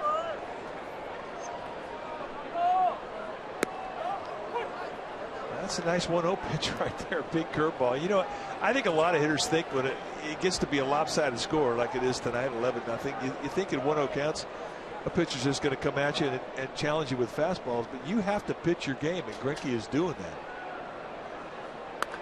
And that's pulled on the ground, foul. There's your ball, dude. Whoa! Oh my gosh, easy.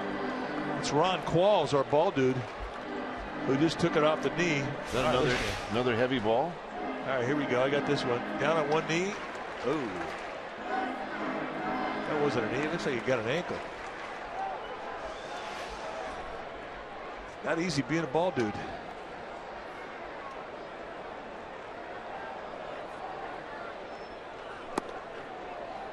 Two and two.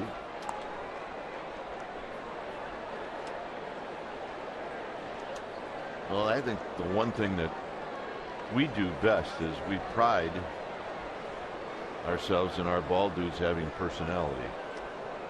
Oh, they definitely have personality. Means falling down a few times. Well, that's all part of it. As Blanco gets caught looking.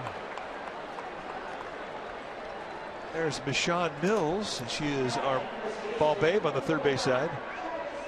We need to get her a play or two. And Ron, we need to get him an ice bag or two. I think he went with the double knees. Do you think these two even care what the score is? Nope. Nope. They do not care. They do not care. They have been to Ghirardelli. They have Sundays, and they are happy girls. Ishikawa takes low, 1 ball and no strikes.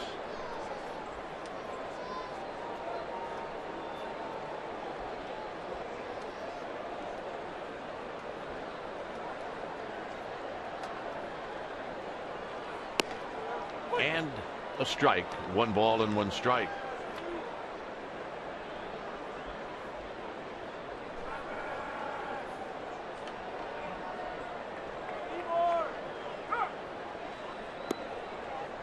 Pretty good pitch from Greinke.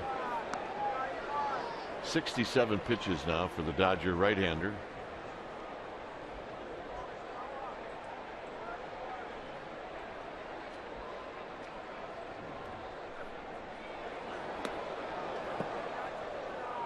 Ishikawa just got a piece as that squirted between the legs of Ellis and home plate umpire Adam Hamari. That's such a good strikeout pitch for Greinke against left-handers when he bears down on that back foot with that slider. As we mentioned, it's one of the best sliders in the game.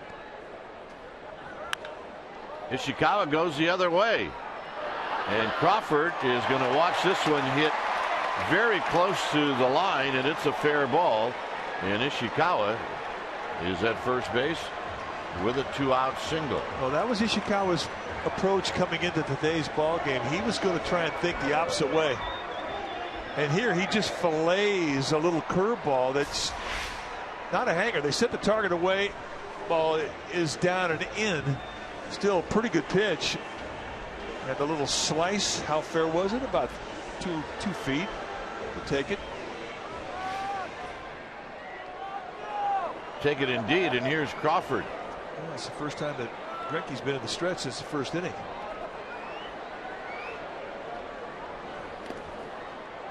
And now this ball gets away, and Ishikawa is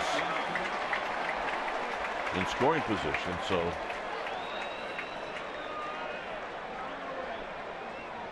as I just heard a fan say down below, we're on our way.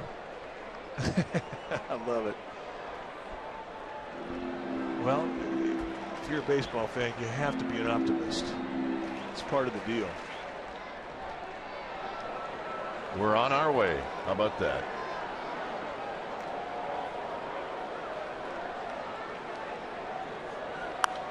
Fouled out of play. 1 ball and 1 strike.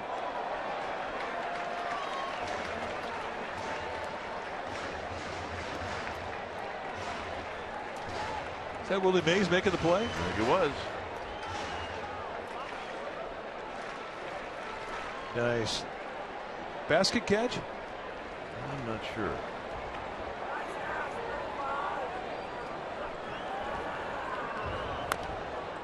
And that's tap foul. 1 and 2. All right, let's take a look at the play.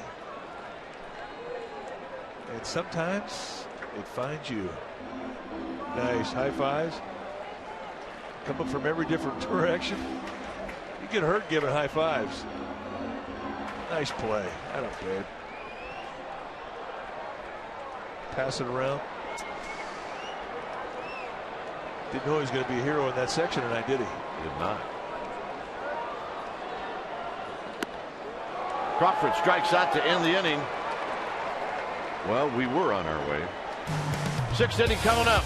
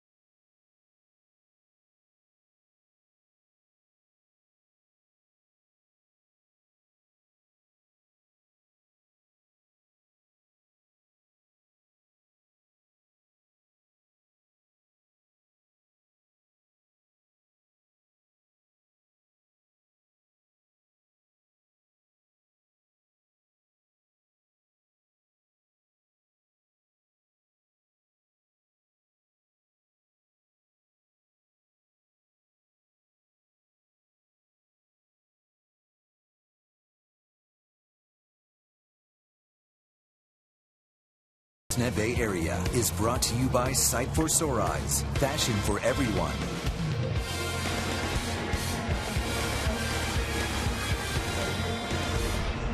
(11-0) Dodgers. 6th inning is Michael Kickham, who pitched the 5th. Will go after A.J. Ellis.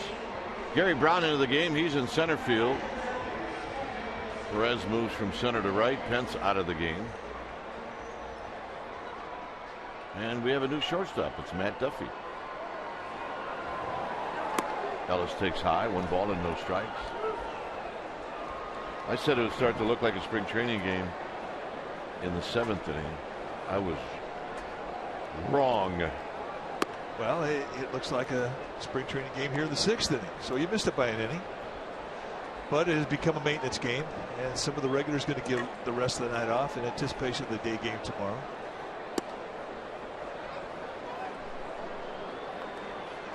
(3-0) to Ellis.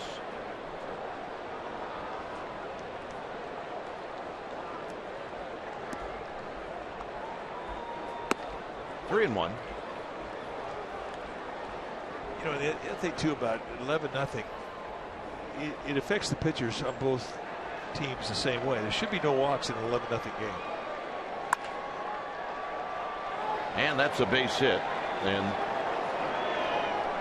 it goes along with what you're saying. You shouldn't be a walk. Should be a 3-1 fastball down the middle of the plate. And that's what he got. Hey, a reminder, there's a new morning newscast in town. Telemundo 48, Primera Edición, the Bay Area's only Spanish language morning news with live news, weather, and traffic. So tell your friends. Watch Telemundo 48 Primera Edición weekdays from 5 to 7 a.m. Greinke to left, deep, gone. He just missed one in the 4th inning, and here he hits his first home run of the year, and it's now 13-0.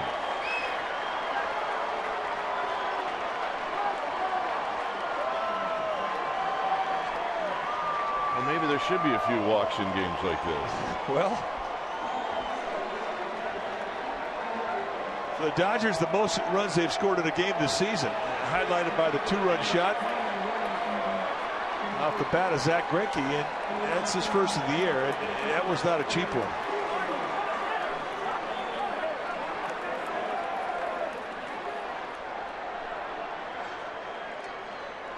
So here's Gordon. Gordon takes a call strike. Pitchers hit home runs. It is definitely pure entertainment in the dugout. I don't know, Mike. Looks to me like when the Dodgers hit a home run, it's pretty much entertainment with anybody hitting a home run. Well, home runs are fun, no doubt. This is hit on the ground. Duffy in a tricky hop. So Gordon's going to be aboard. Well, Duffy knew that was going to be do or die. Let's take a look at the pitch to Zach Greinke. And that is T-ball location. Head stays down and just gets hammered.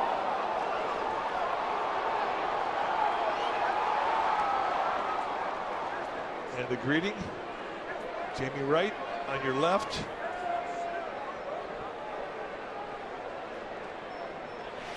Yeah, pretty entertaining stuff. And Puig swings and misses. No balls and 1 strike.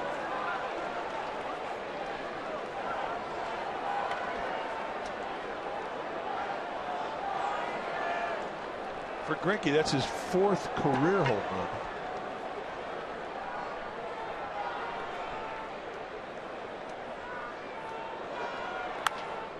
Up the middle.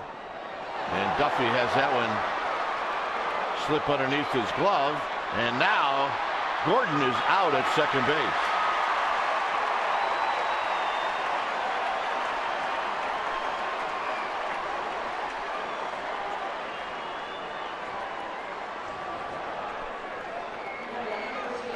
So Puig is aboard, and they may give Puig a hit, but it's probably a play that should have been made.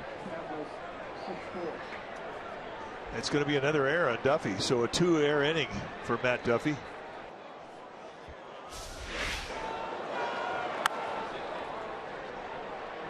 Did they change it to a hit? I'm not sure. I thought I heard hit. Well, he makes up for it, staying with the play, and they do get the 6-4 putout. So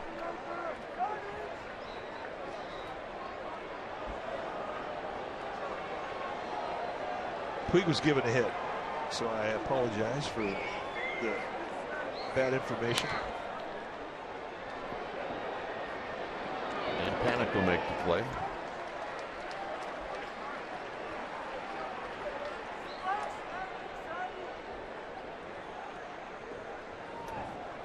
So here's Peterson.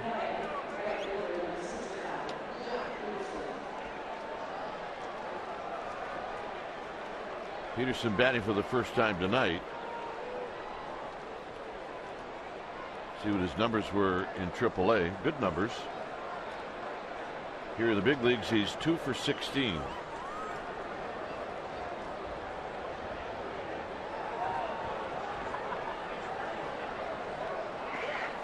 Well, chances are these guys know each other, having both played the Pacific Coast League this summer.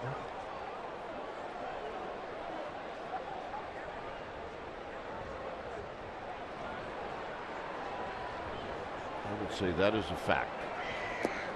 2 balls and no strikes. You watch the way Peterson opens up his hip, and you have to think he's thinking pull side of the field.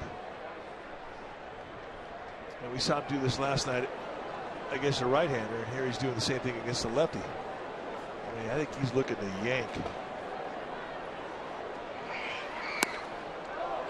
Nah, I disagree totally. I think he's trying to flip that ball into left field and just extend the inning. Take a little off, go to left. I mean, that was the yuckadoo hack of all time right there.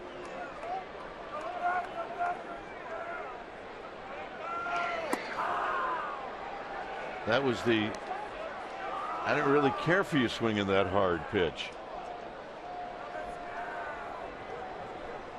Well, if he went after it at 2-0, he's certainly going to do it 3-1.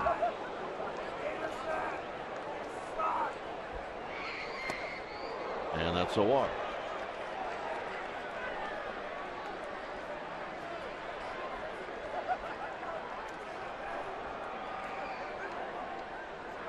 And that'll bring up Hanley Ramirez. So Guillermo Quiroz, the veteran, been in organized ball a long time, and to go out there and just calm the emotions of Mike, kick him down, get him back in that strike zone.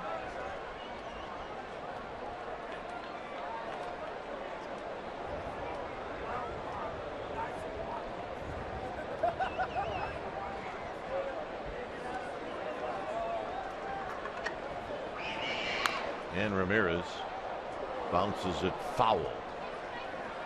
I have to believe this will be the last at bat for Ramirez tonight, as both skippers, as you pointed out earlier, taking the regulars out. Already seen it happen in the Giants lineup, but I'm sure you'll start to see it happen in the Dodger lineup. But you never know. I mean, this is September. Guys are hitting for milestones, and they want to stay in. And a base hit up the middle.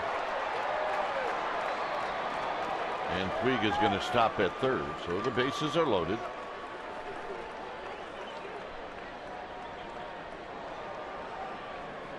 Dave Urgetty's going to come out.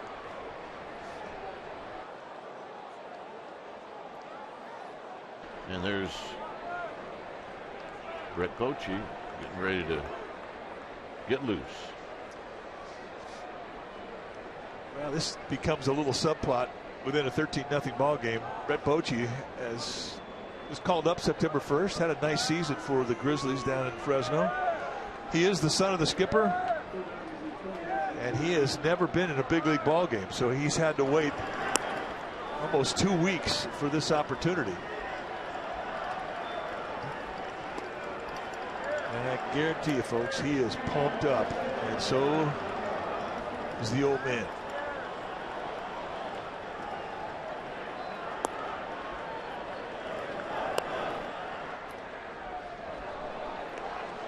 Here's Crawford.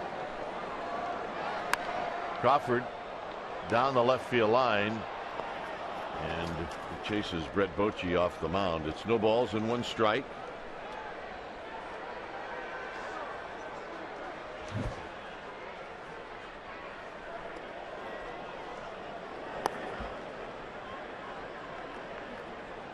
Bochy in the bullpen through most of his minor league career. Crawford bounces it to Ishikawa. Did they call that foul? I guess they did.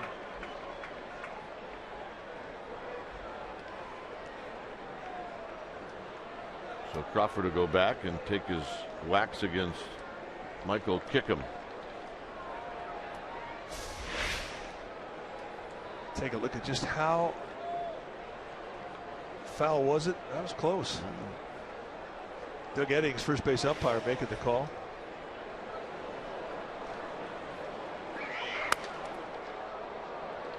Duffy got him, and that'll end the inning. And Don Mattingly's going to go out, and their umpires are telling the Giants players not to leave the field.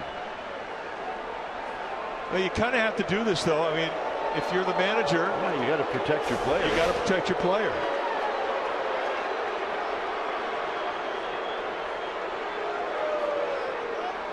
And he beat it out. Yeah, he did.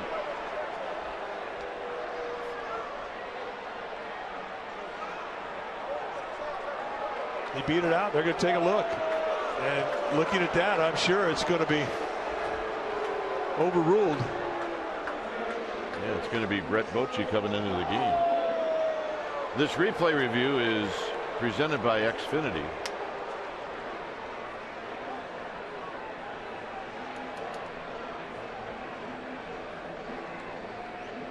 And this will probably be pretty quick, I would imagine. And if you're wondering, I mean, why they're doing this is simply, I mean, that hit means something to Carl Crawford. And as a manager, you will respect that.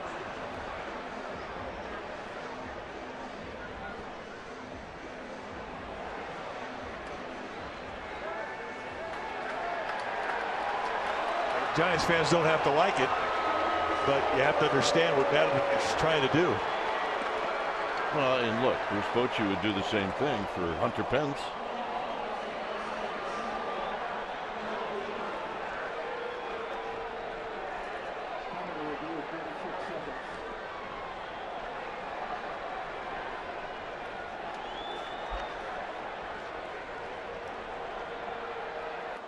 And now we're going to see a moment that Bruce Bochy's been waiting for a long time. He's calling his son into a big league baseball game. And that's the first time ever in the history of the game a manager calling in his son from the bullpen. How about that? Well, if you're looking for silver lining in this ball game, this is it right here. It's a pretty cool moment for the Bochy family.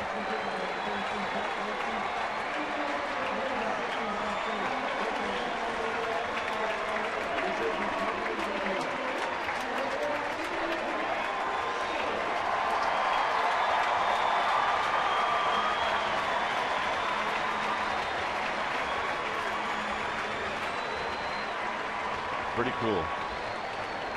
Well, it is, and he's earned the right to be here. I mean, there's a reason why there's only been one situation where a manager has called his son into a ball game. It's just not something that is given. You have to earn your way to the big leagues. See, fathers and sons, managers and sons. There's your list.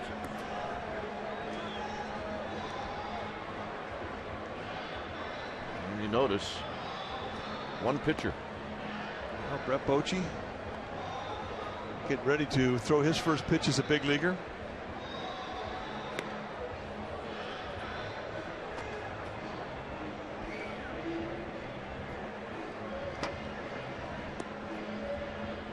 So it's 14-0 when it's time for a change.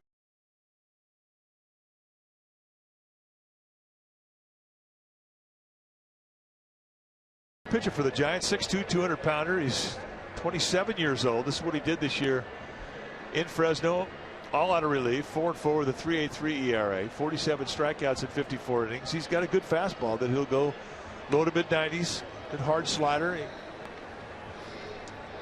can give you an off-speed pitch off of the slider. Two types of fastball. He'll 2 and 4 seam. But he definitely thinks fastball. As an aggressive arm. Giants 20th pick in the 2010 first-year player draft out of the University of Kansas. And he has had Tommy John surgery from his college years to where he's at right now. Facing Juan Uribe.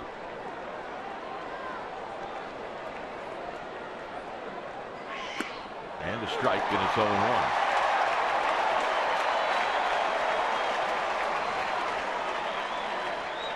We talked about this with Bruce Bochy, may have been yesterday or the day before. And he said, yeah, it's going to be pretty special. Yes, well, where's Mom going to be? Kim, Brett's mom. And he said, she will not be watching. She will be hidden somewhere in the park.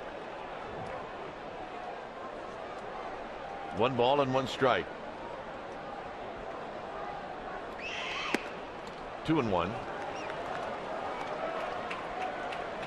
A couple of cutters and a hard slider to start things off with.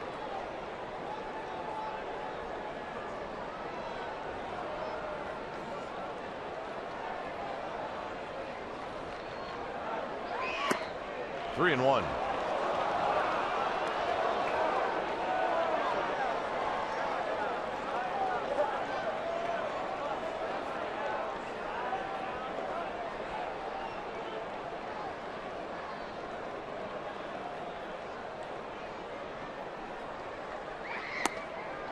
And the walk. So Uribe takes the walk. He'll get an RBI.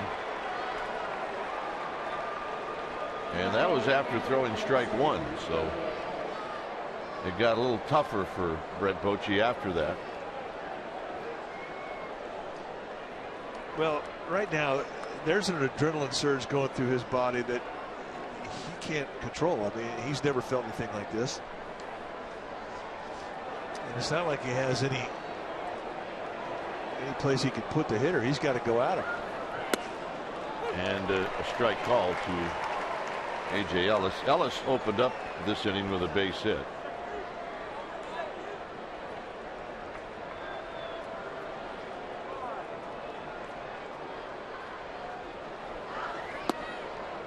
The Dodgers were in the 6th inning. They got 21 hits.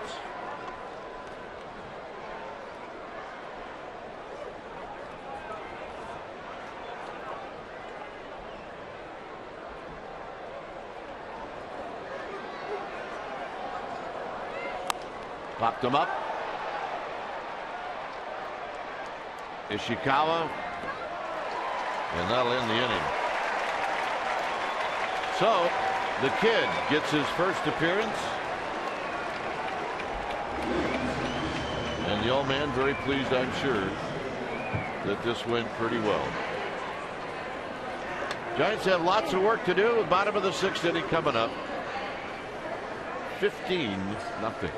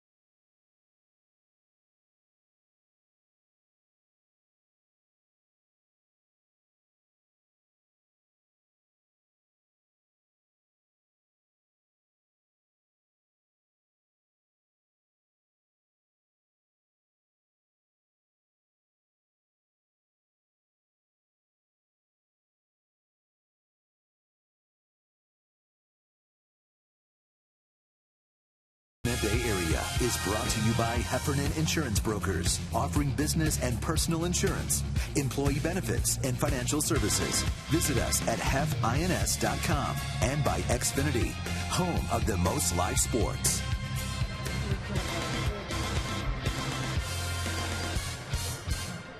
Here's Chris Dominguez facing Grenkie.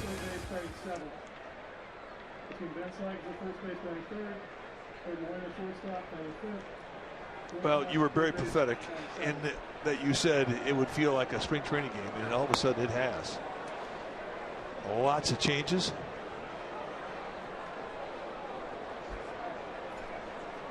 Rojas is at third. Arua Borena is at short. And Van Slyke is at first. And Dominguez pops it out of play. So Gordon, Puig, Crawford, and Ellis remain the lone starters. Dominguez fouls it back. Nice quick swing, 2-strike count. And Dominguez, for a big man, I mean, that's what he's been working at, cutting swings out, cutting swing down in 2-strike counts, being able to make that adjustment. And it's down low, 2-2. Dominguez this year had 21 stolen bags, or actually had 21 home runs. And he did. He had 21 stolen bases, a 21-21 guy. That's a good year.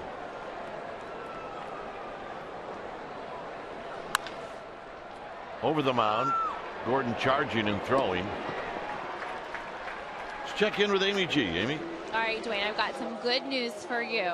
Brandon Belt likely going to get some live BP work in Arizona at the Giants complex. Could be activated this week. And we've got a brand new hum BB with him at csnbayarea.com. Brandon and I discussed how difficult it's been for him going through these concussion symptoms. We also talked about his brand new baby boy, Grayson. And if that doesn't make you happy, Dwayne, I don't know what I got. csnbayarea.com, hum BB. New babies. Yeah, babies are good. Yeah, baby's good luck. There you see Brandon Belt. I saw that baby yesterday.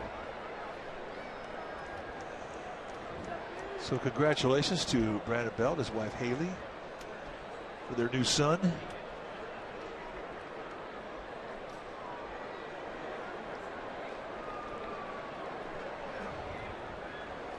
Here's Bochy enjoying his son tonight. And Perez wraps this one into the gap. Crawford will cut it off. And Perez has got a double.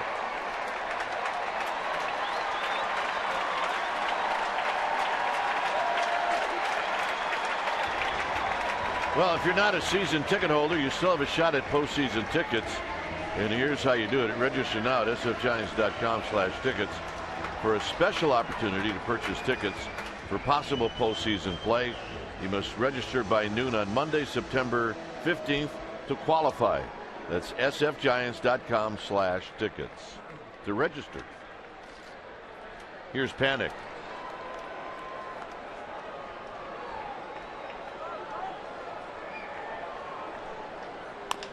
Panic chops this one. Gordon again. He will throw on the run. And Panic is retired 4-3. One thing about D. Gordon, I mean, he has an exceptional arm. When he got to the big leagues, he played shortstop for the Dodgers, and then they transitioned him over to second base. But he has got one of the best middle infield arms in the game. And when he gets a hand on it, maybe a bit off balance, not a problem. He can unleash the gun.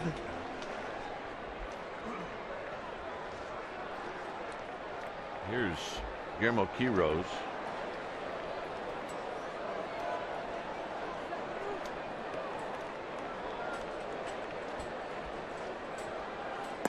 And a strike at the knees. That's pitch number 83. Now that's a great license. Why didn't we think of that? I tip my cap to this guy. Nice going. And a line drive right at Gordon, and that's going to end the inning. Seventh inning coming up. 15-0 Dodgers.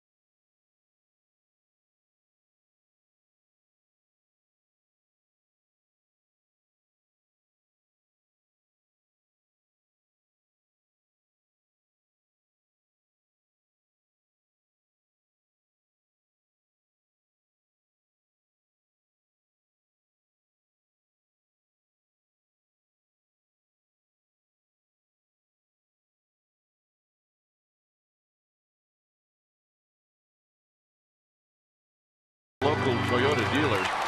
It is not pretty. Zach Greinke, well, he's been good. Tim Hudson, shortest outing ever.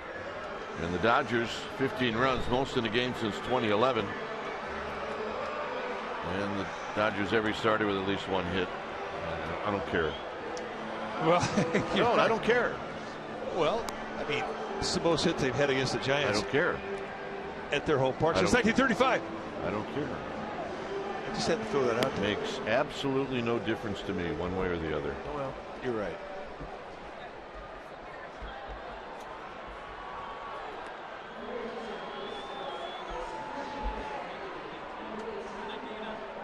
So Roger Bernardina is going to hit.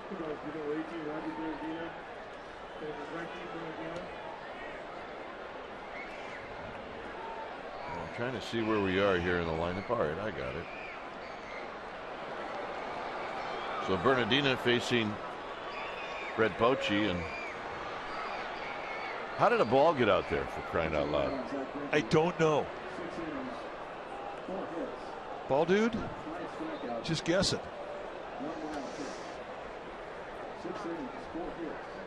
Giants did this to the Dodgers last year in Los Angeles in September.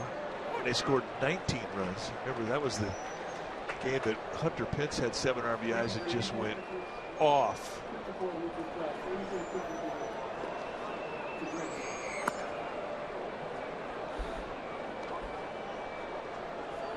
So Bernardina coming in, hitting at 148.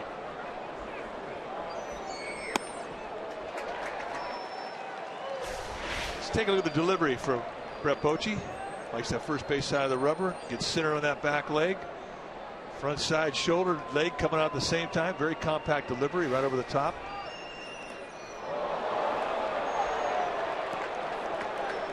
So Bernardina gets welcomed into this game.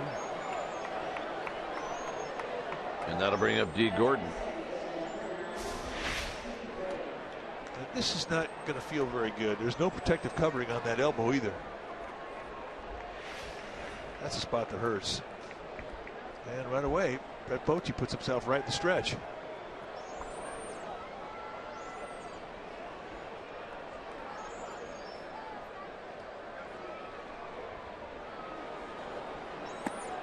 And it's low and away to Gordon.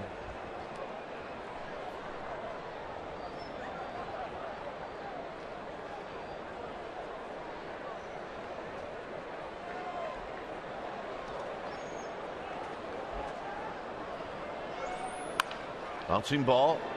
Duffy to Panic. Not in time. Seen that before in this game. Just too much speed.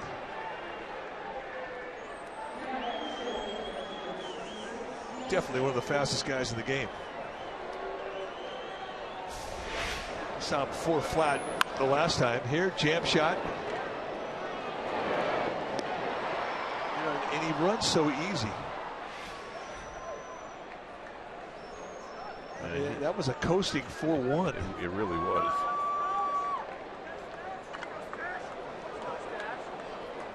So here's Puig. It's not holding D. Gordon on. Puig fouls it back and out of play.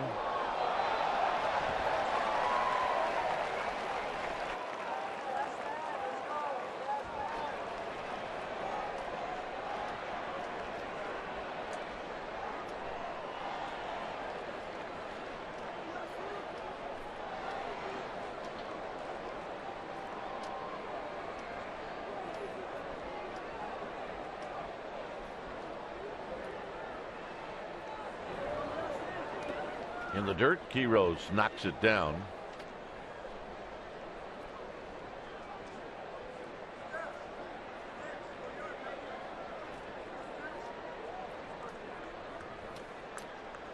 See Larry Baer with Bob Costas on his left.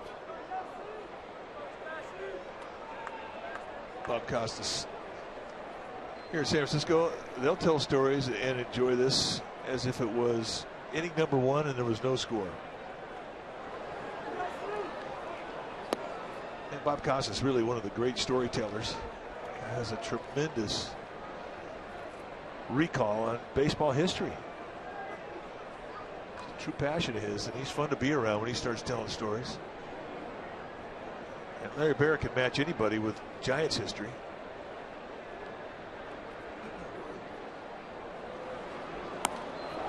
Two balls, two strikes.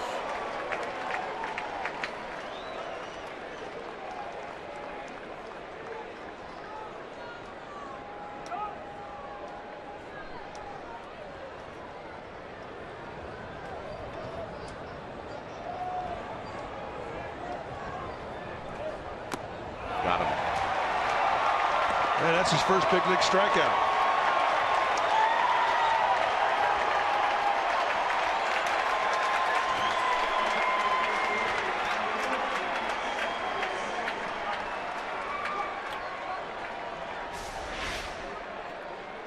Right on the outside corner, and Puig cannot catch up.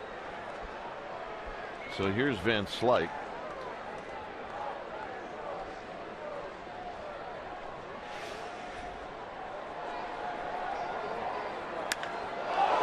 And it is roasted to left and gone. And that's a two-run home run for Van Slyke, who was laying in the weeds on the first pitch.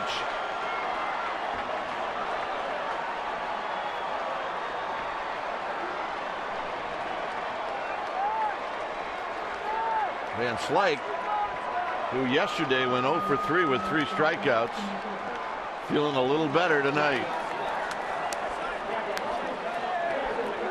And that's his 12th home run of the year. And the hitter will be Peterson.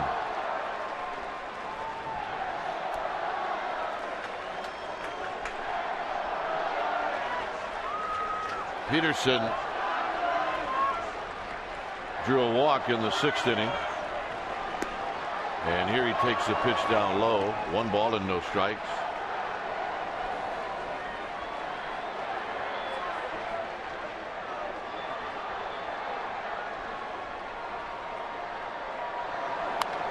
Foul back. Yep, he's had enough. Well, maybe a little more. You never know. He scored 19 against the Dodgers last year. It could happen. He's thinking about it.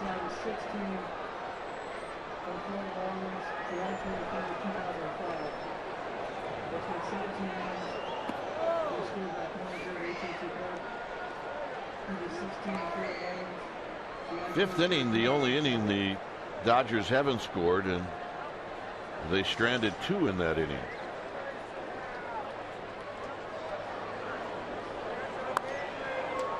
And that's a jam shot foul. It's 2-2.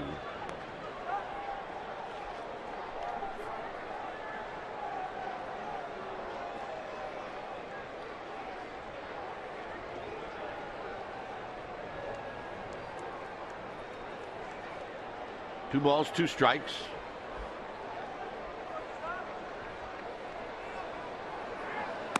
And it's a bit wide, 3-2.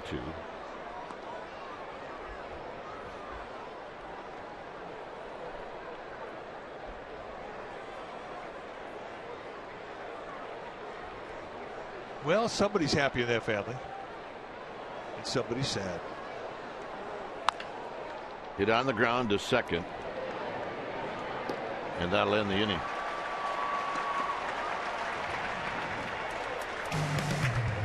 Two runs on the home run by Van Slyke, 17-0.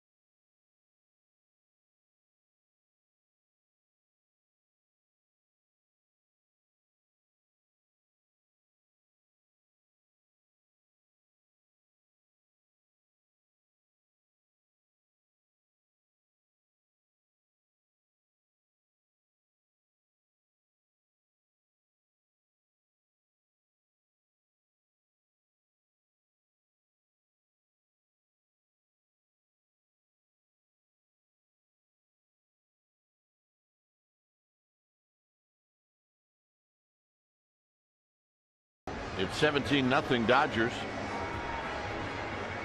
When it's time for a change, think Speedy Oil Change and Auto Service, your oil change tune-up and repair experts. Scott Elbert, the new pitcher now for the Dodgers. Elbert, 5-year veteran. Take a look at his size, 6'1", 225-pounder. He's a 29-year-old out of Joplin, Missouri. Facing Adam Duvall. Fedorovich is now catching.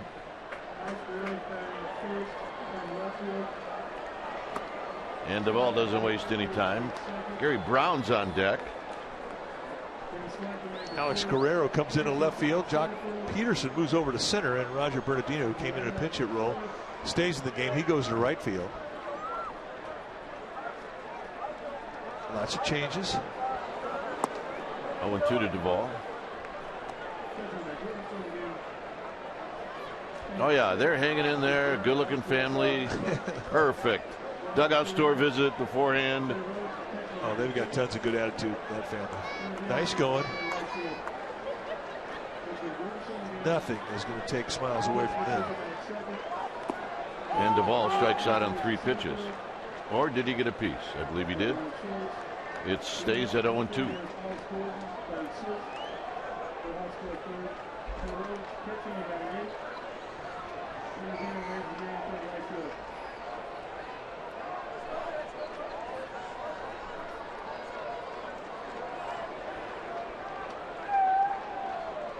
Two. The Admirals here. Hit on the ground. That's a fair ball. And Rojas will throw him out. Giants baseball and Comcast Sportsnet Bay Area is brought to you by the Monterey Bay Aquarium. Share the thrill, share the love at MontereyBayAquarium.org/love.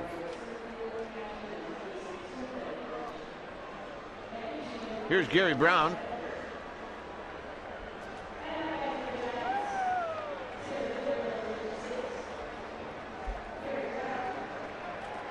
Gary Brown has had 1 at bat. He's 0 for 1. So he's got a shot here for his first big league hit. I don't know about you, but that's always a good moment. As this is lifted out to Guerrero. 2 outs. That is a good moment. It's one you never forget.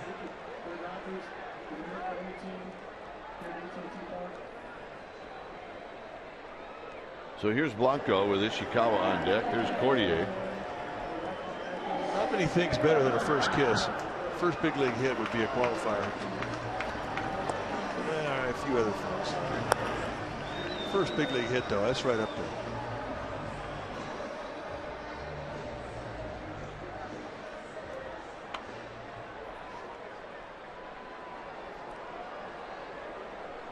So here's Blanco. Blanco ropes one into right field, a base hit. And that'll give Ishikawa a shot to try to extend the inning. Have some fun. Hit one in the water.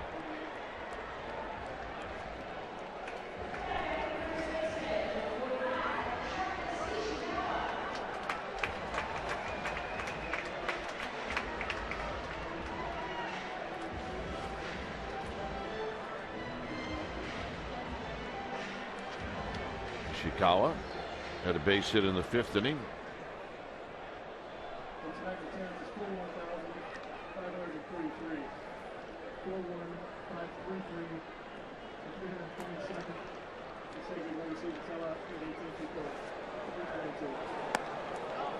One ball and no strikes.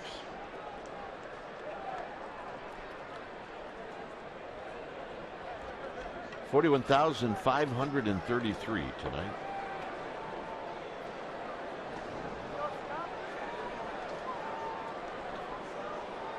Swing and a miss. 2 balls and 1 strike. Probably thought maybe that this game was going to go in a different direction. Well, we did. We thought this was going to be all about starting pitching, and it just didn't happen that way. Tim Hudson, shortest outing in his career. Zach Greinke, he came as advertised through 6 strong innings. for Grenkie. 4 hits, no walks, and 5 strikeouts. And I say, you give that guy 17 runs, he's tough.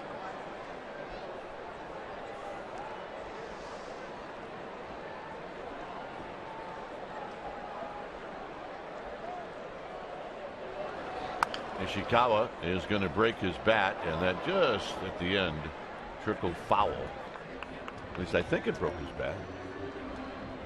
17 runs that the Dodgers have scored tonight. That's the most ever scored against the Giants here at AT&T Park. The previous high had been scored by the Florida Marlins, now the Miami Marlins. They did that back in 2005. They scored 16 runs against the Giants.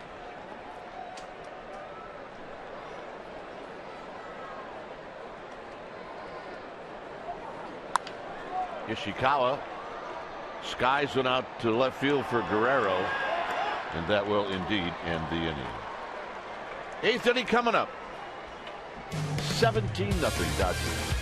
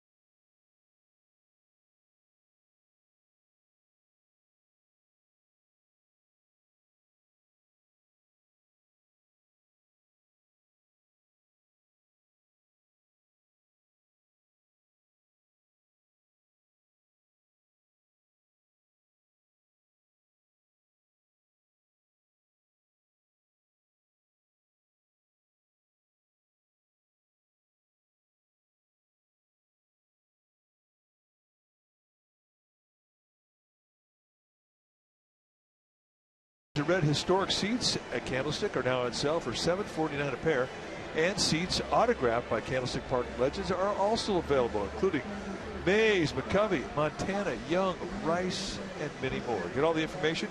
Go to sfgiants.com/Candlestick Memories.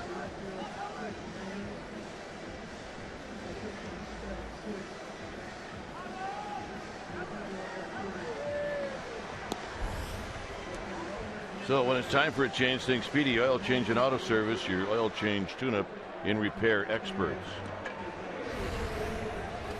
Well, if you like fastballs, you have come to the right place, because you're going to see Eric Cordier, right-hander for the Giants, step in. You see what he did this year in 47 games in Fresno, 68 strikeouts in 52 and a third, and you will see 100-mile-an-hour fastballs, folks. He has got a great one.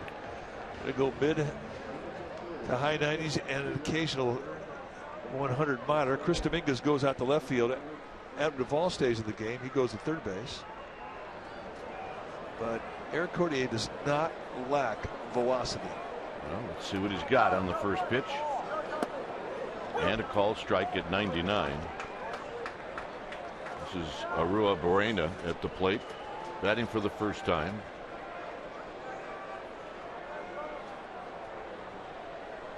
See his numbers in the minor leagues as he fouls this one back. He's a big swing and a miss guy, but he also has got some power. You're right. I mean, this is power on power.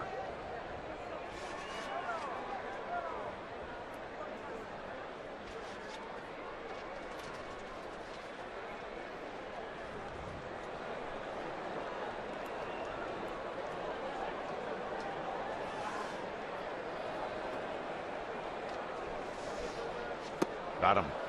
Those are three nasty pitches. Cordier, big guy, 6'4", 215. From DePere, Wisconsin. And here the 0-2 snapper. See ya. High velocity. Here's Guerrero.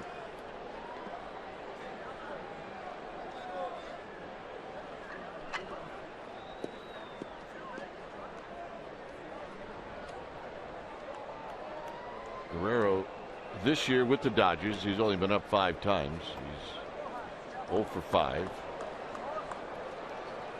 Another guy, though, that the Dodgers are very high on. Wrap to left, and Dominguez will play it on a hop. Guerrero signed as a free agent out of Cuba. He was on the national team. And he's got good power. You saw the 17 that he hit this year. Every year that he's been in organized ball since 2008, he's had double-digit figures in the home run column. Tonight, a lot of black ink to the total of 17 runs scored by the Dodgers in this one. That's good penmanship right there. I'm impressed. I got a better shot at reading hers than reading mine. Here's Rojas. Rojas pops it up. Ishikawa will give chase. And it's in the seats. Is it Pete? Way to go, Pete. Pete looking for a Phillies fan. Yeah, you'll find one. There you go. Let's go with Pete. Pete's a softy, man. It comes to the little girls. Yep. Well, Pete has daughters. He understands the deal.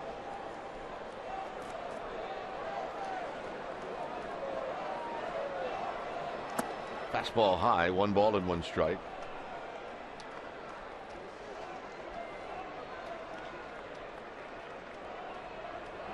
Yeah, I'd turn my back on that guy too. Yep. He may have been rooting for the team that's going to win this ball game, but I think he lost the battle there. There's a base hit. Brown will cut it off. To third goes Guerrero. Dodgers wouldn't actually think about scoring any more runs here, would they? Hey, every at bat means something to somebody, no doubt. Fedorovich is going to hit. And the hits just keep coming. 24.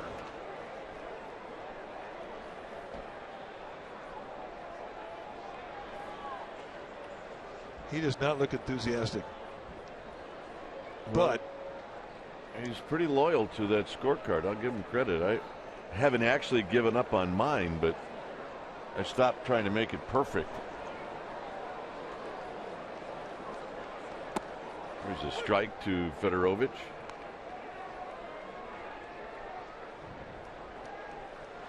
Numbers for Fedorovich this year. Had a good season. Hit 328 with 14 big flies. He's not been able to bring that type of consistency with the bat up to the big league level, however.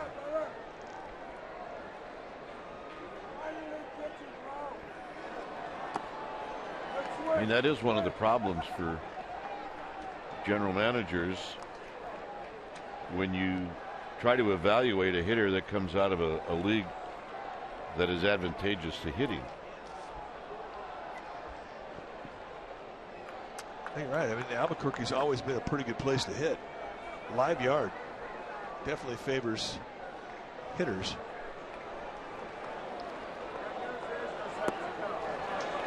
Fedorovich is out swinging. 2 strikeouts. Now for Cordier.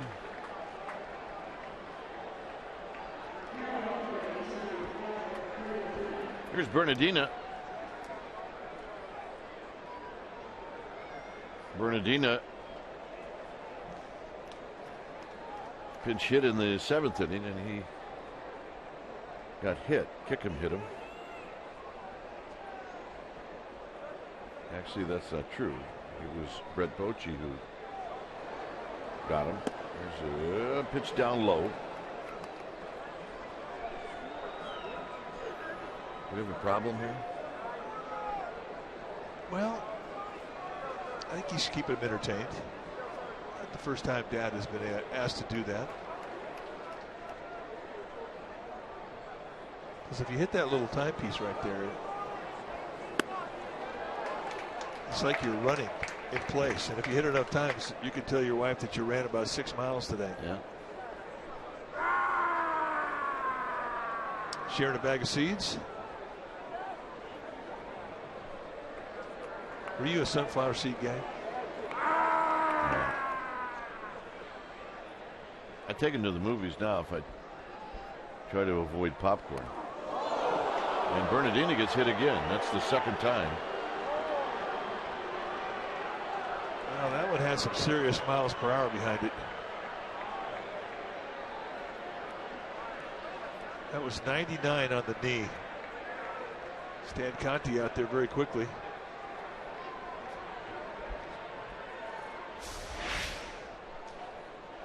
I mean, ouch, at 99.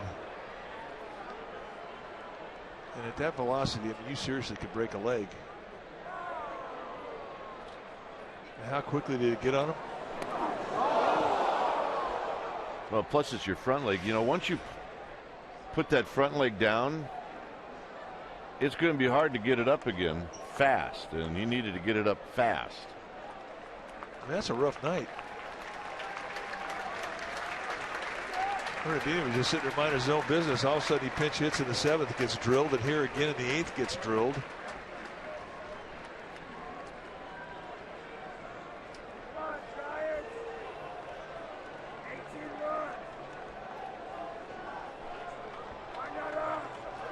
And that one with 99 miles per hour behind the fastball. And it has never been a question of whether or not Cordier has had the stuff. It's just been a matter of whether or not he's been able to get it in the strike zone and be consistent with it.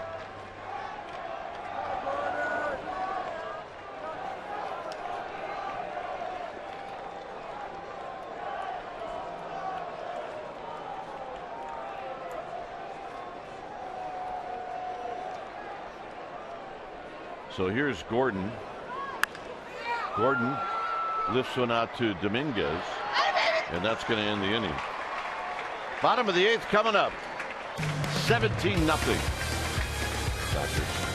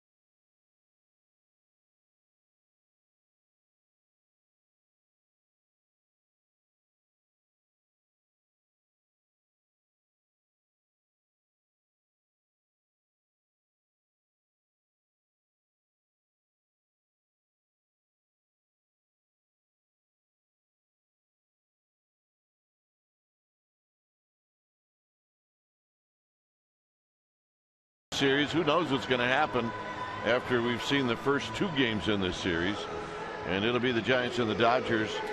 Pregame live is going to start at 12:30, and then we'll have the game for you right at the top of the hour. Giants will head into Arizona for 3 starting on Monday. A day off. San Diego for 3, and then back against the dreaded Dodgers in LA on Monday, the 22nd. And it's time for a change. Thanks, Speedy Oil Change and Auto Service.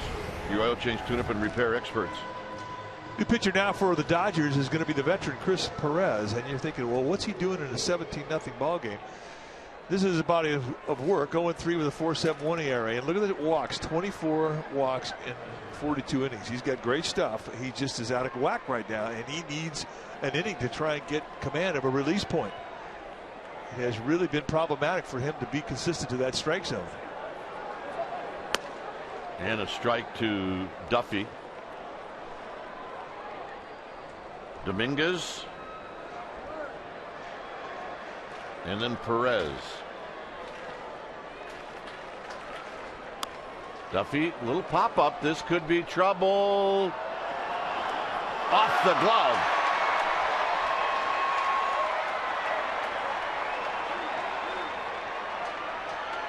Arua Buena could not hang on, and they're going to give Duffy a hit. No, they should. I mean, this is not your average play right here. Just off the tip of the glove. Looks like he took his eye off it when he heard footsteps from Guerrero, the left fielder, coming in. And hit it is.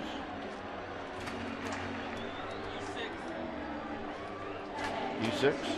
They ruled it an error? Yep. That's a bad call.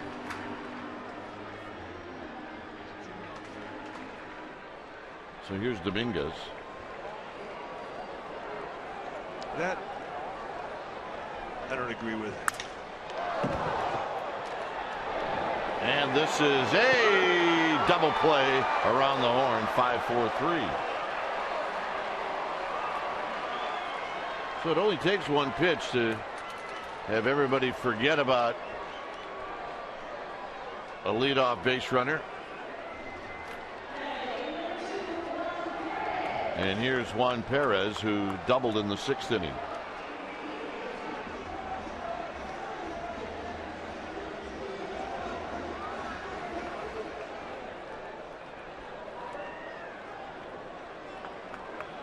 Nope, Gamer Babes are not leaving. They're hanging in there.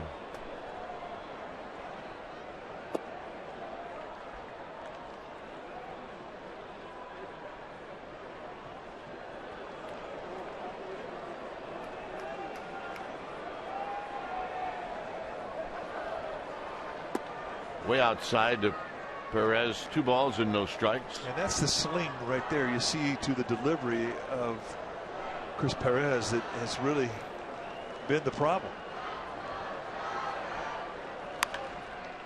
Bounce foul behind Tim Flannery.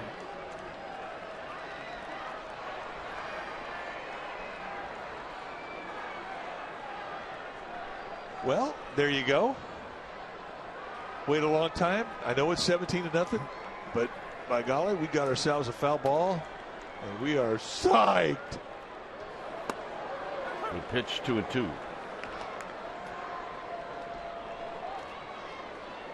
Gamer Babes. I mean, come on, serious business. It's good stuff. Love them. In tight to Perez. 3-2.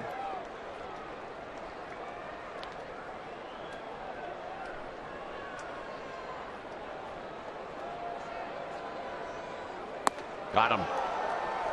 And that'll end the inning. 9th inning coming up. 17-0 Dodgers.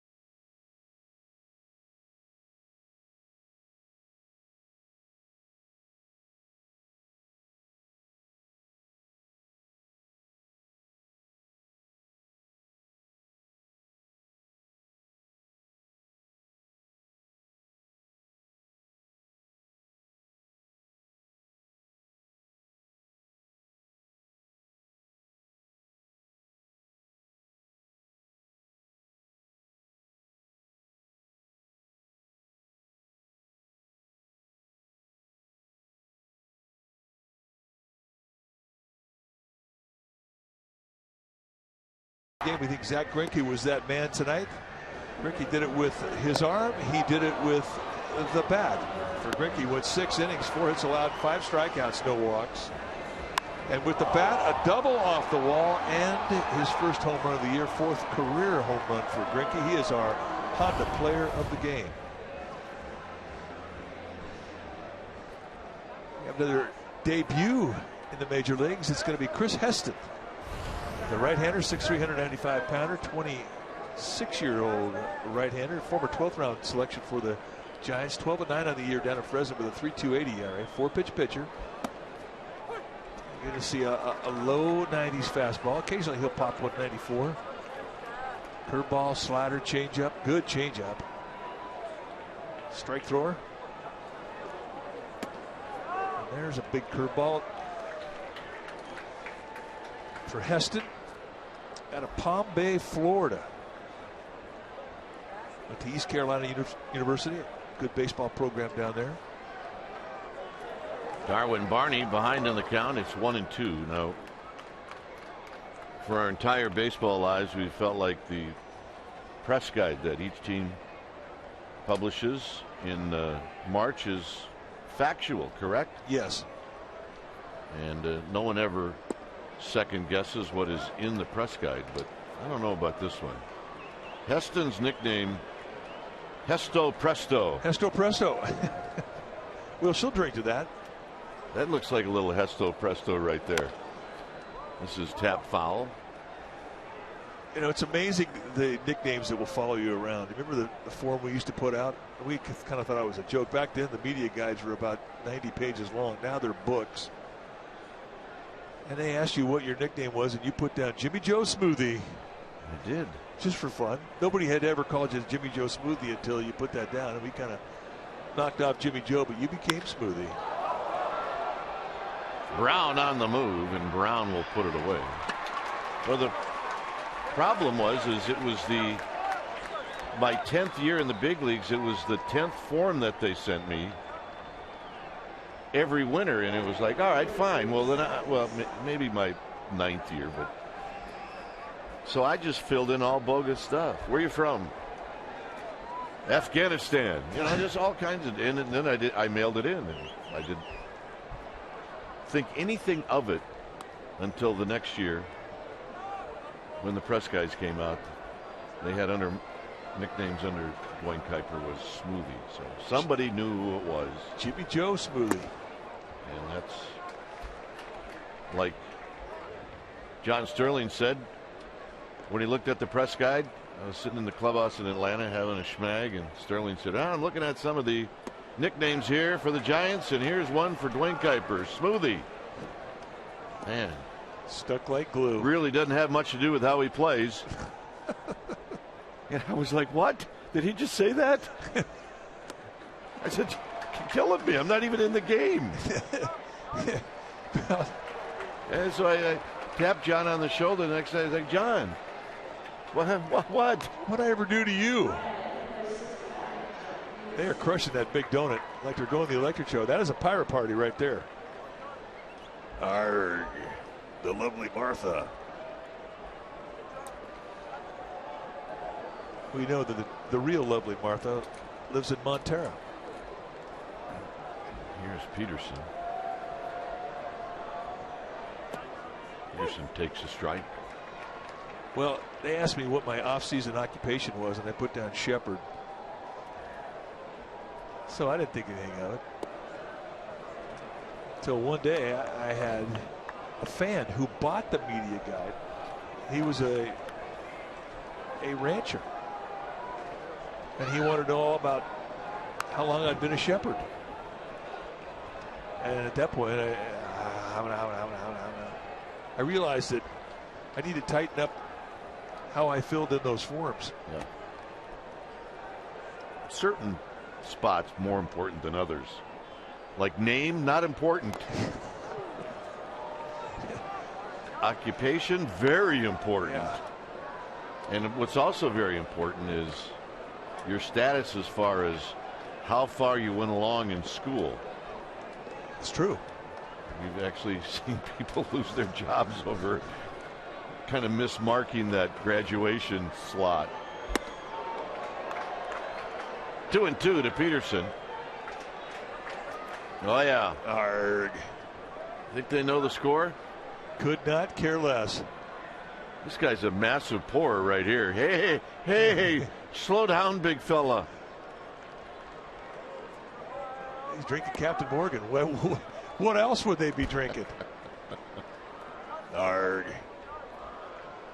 Yeah, drinking a little red Solo Cup shot glasses. Yep, pirate parties. I've done that. They're fun.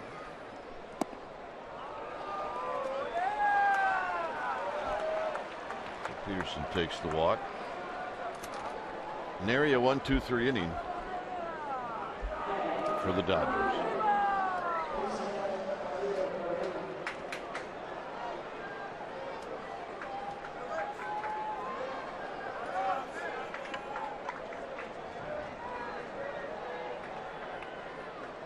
Arubuena batting for the second time.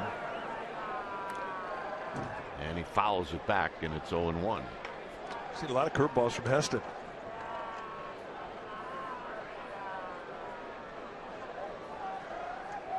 Heston started out in 2009, rookie league, Arizona. Then went to Augusta, San Jose, Richmond, Fresno. He'll tell you all about the Giants minor league system. He's been hit every stop. And he has definitely earned the right to be here.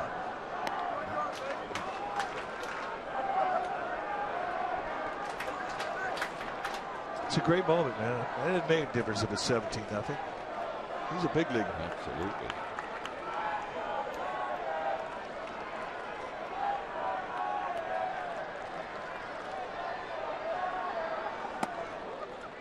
Two balls and one strike.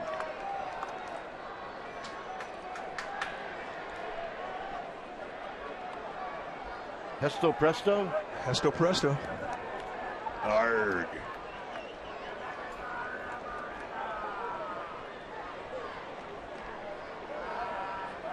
We should do one inning.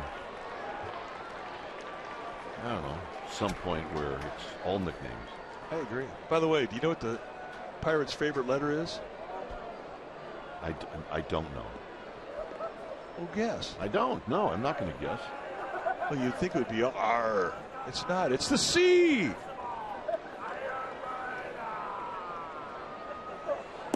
Down low, 3-2. It's a pirate joke. I did not go to that party. It's big in Pittsburgh.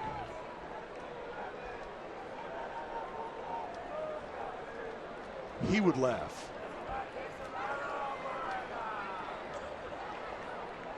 Three-two pitch. And that'll end the inning. Presto, presto. Nice job. Arr.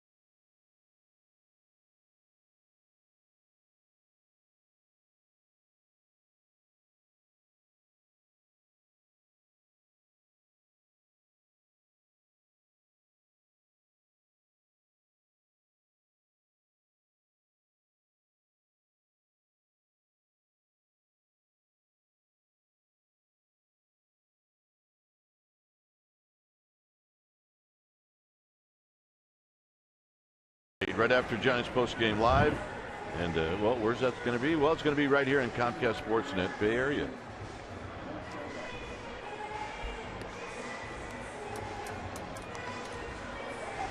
It's 17-0.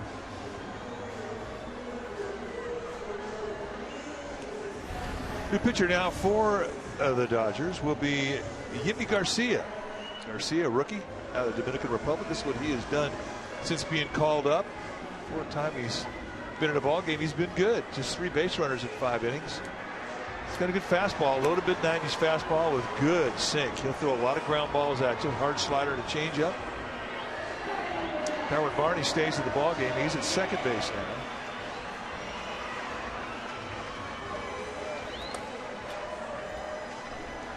And Joe Panik's going to hit. Joe tonight is 0 for 3.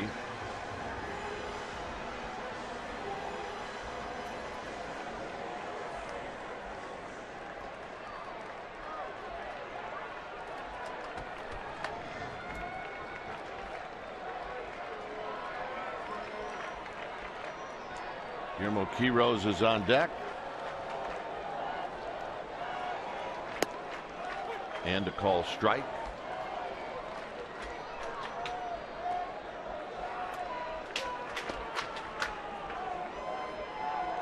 Fly ball and 2 ground balls off the bat of Joe Panik. And it's 1 ball and 1 strike.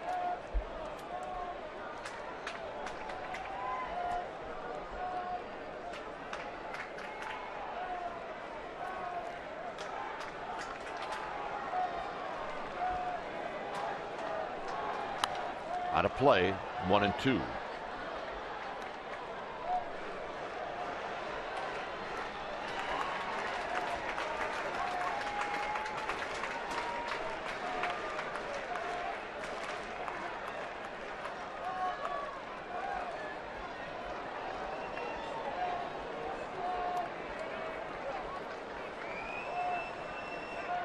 Two balls, 2 strikes. I see a little underneath that fastball right now.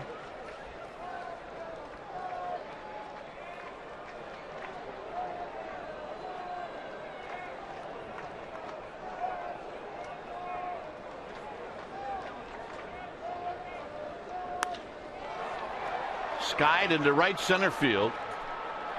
It hangs up for Peterson. 1 out. And that'll bring up Guillermo Quiroz.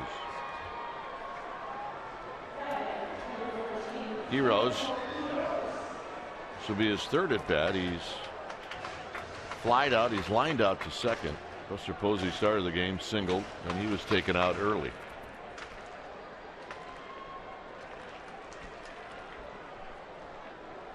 Adam Duvall's on deck.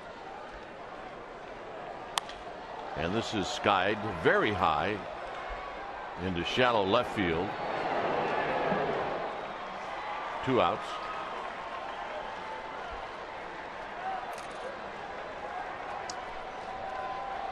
And here's the ball.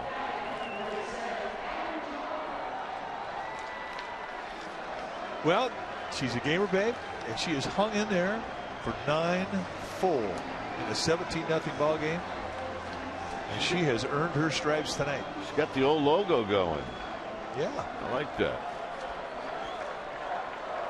Duvall bounced out to 3rd in the 7th inning. And here he takes a called strike, and it's 0-1. Never say die. Ever.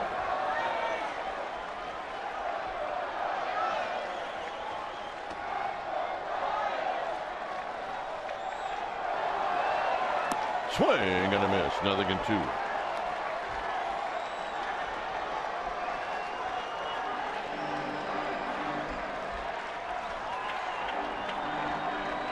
Well, if anything, Duvall would love to get on base to give Gary Brown another shot at his first major league hit. And it's outside, 1-2.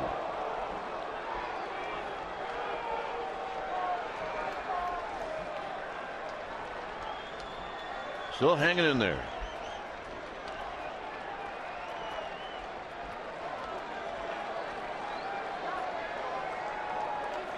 And that's the ball game. So the Dodgers come back and they say, okay, you want to pound on us one night? Well, we're going to come back and do it to you. And now the series is even. Well, you're right, and we were completely wrong at the start of this game saying it was going to be all about the starting pitching. It just never unfolded. And Zach Greinke held his concentration through 6 solid, and he wound up being our player of the game with not only a good solid 6 innings, but a double and a home run. And he was the difference in this ball game. So the game tomorrow will determine the winner of the series. So final score here at AT&T Park: Dodgers 17 and the Giants nothing. Esurance Giants postgame live with interviews and the wrap is coming up. But first, let's go to the Sportsnet Central studio.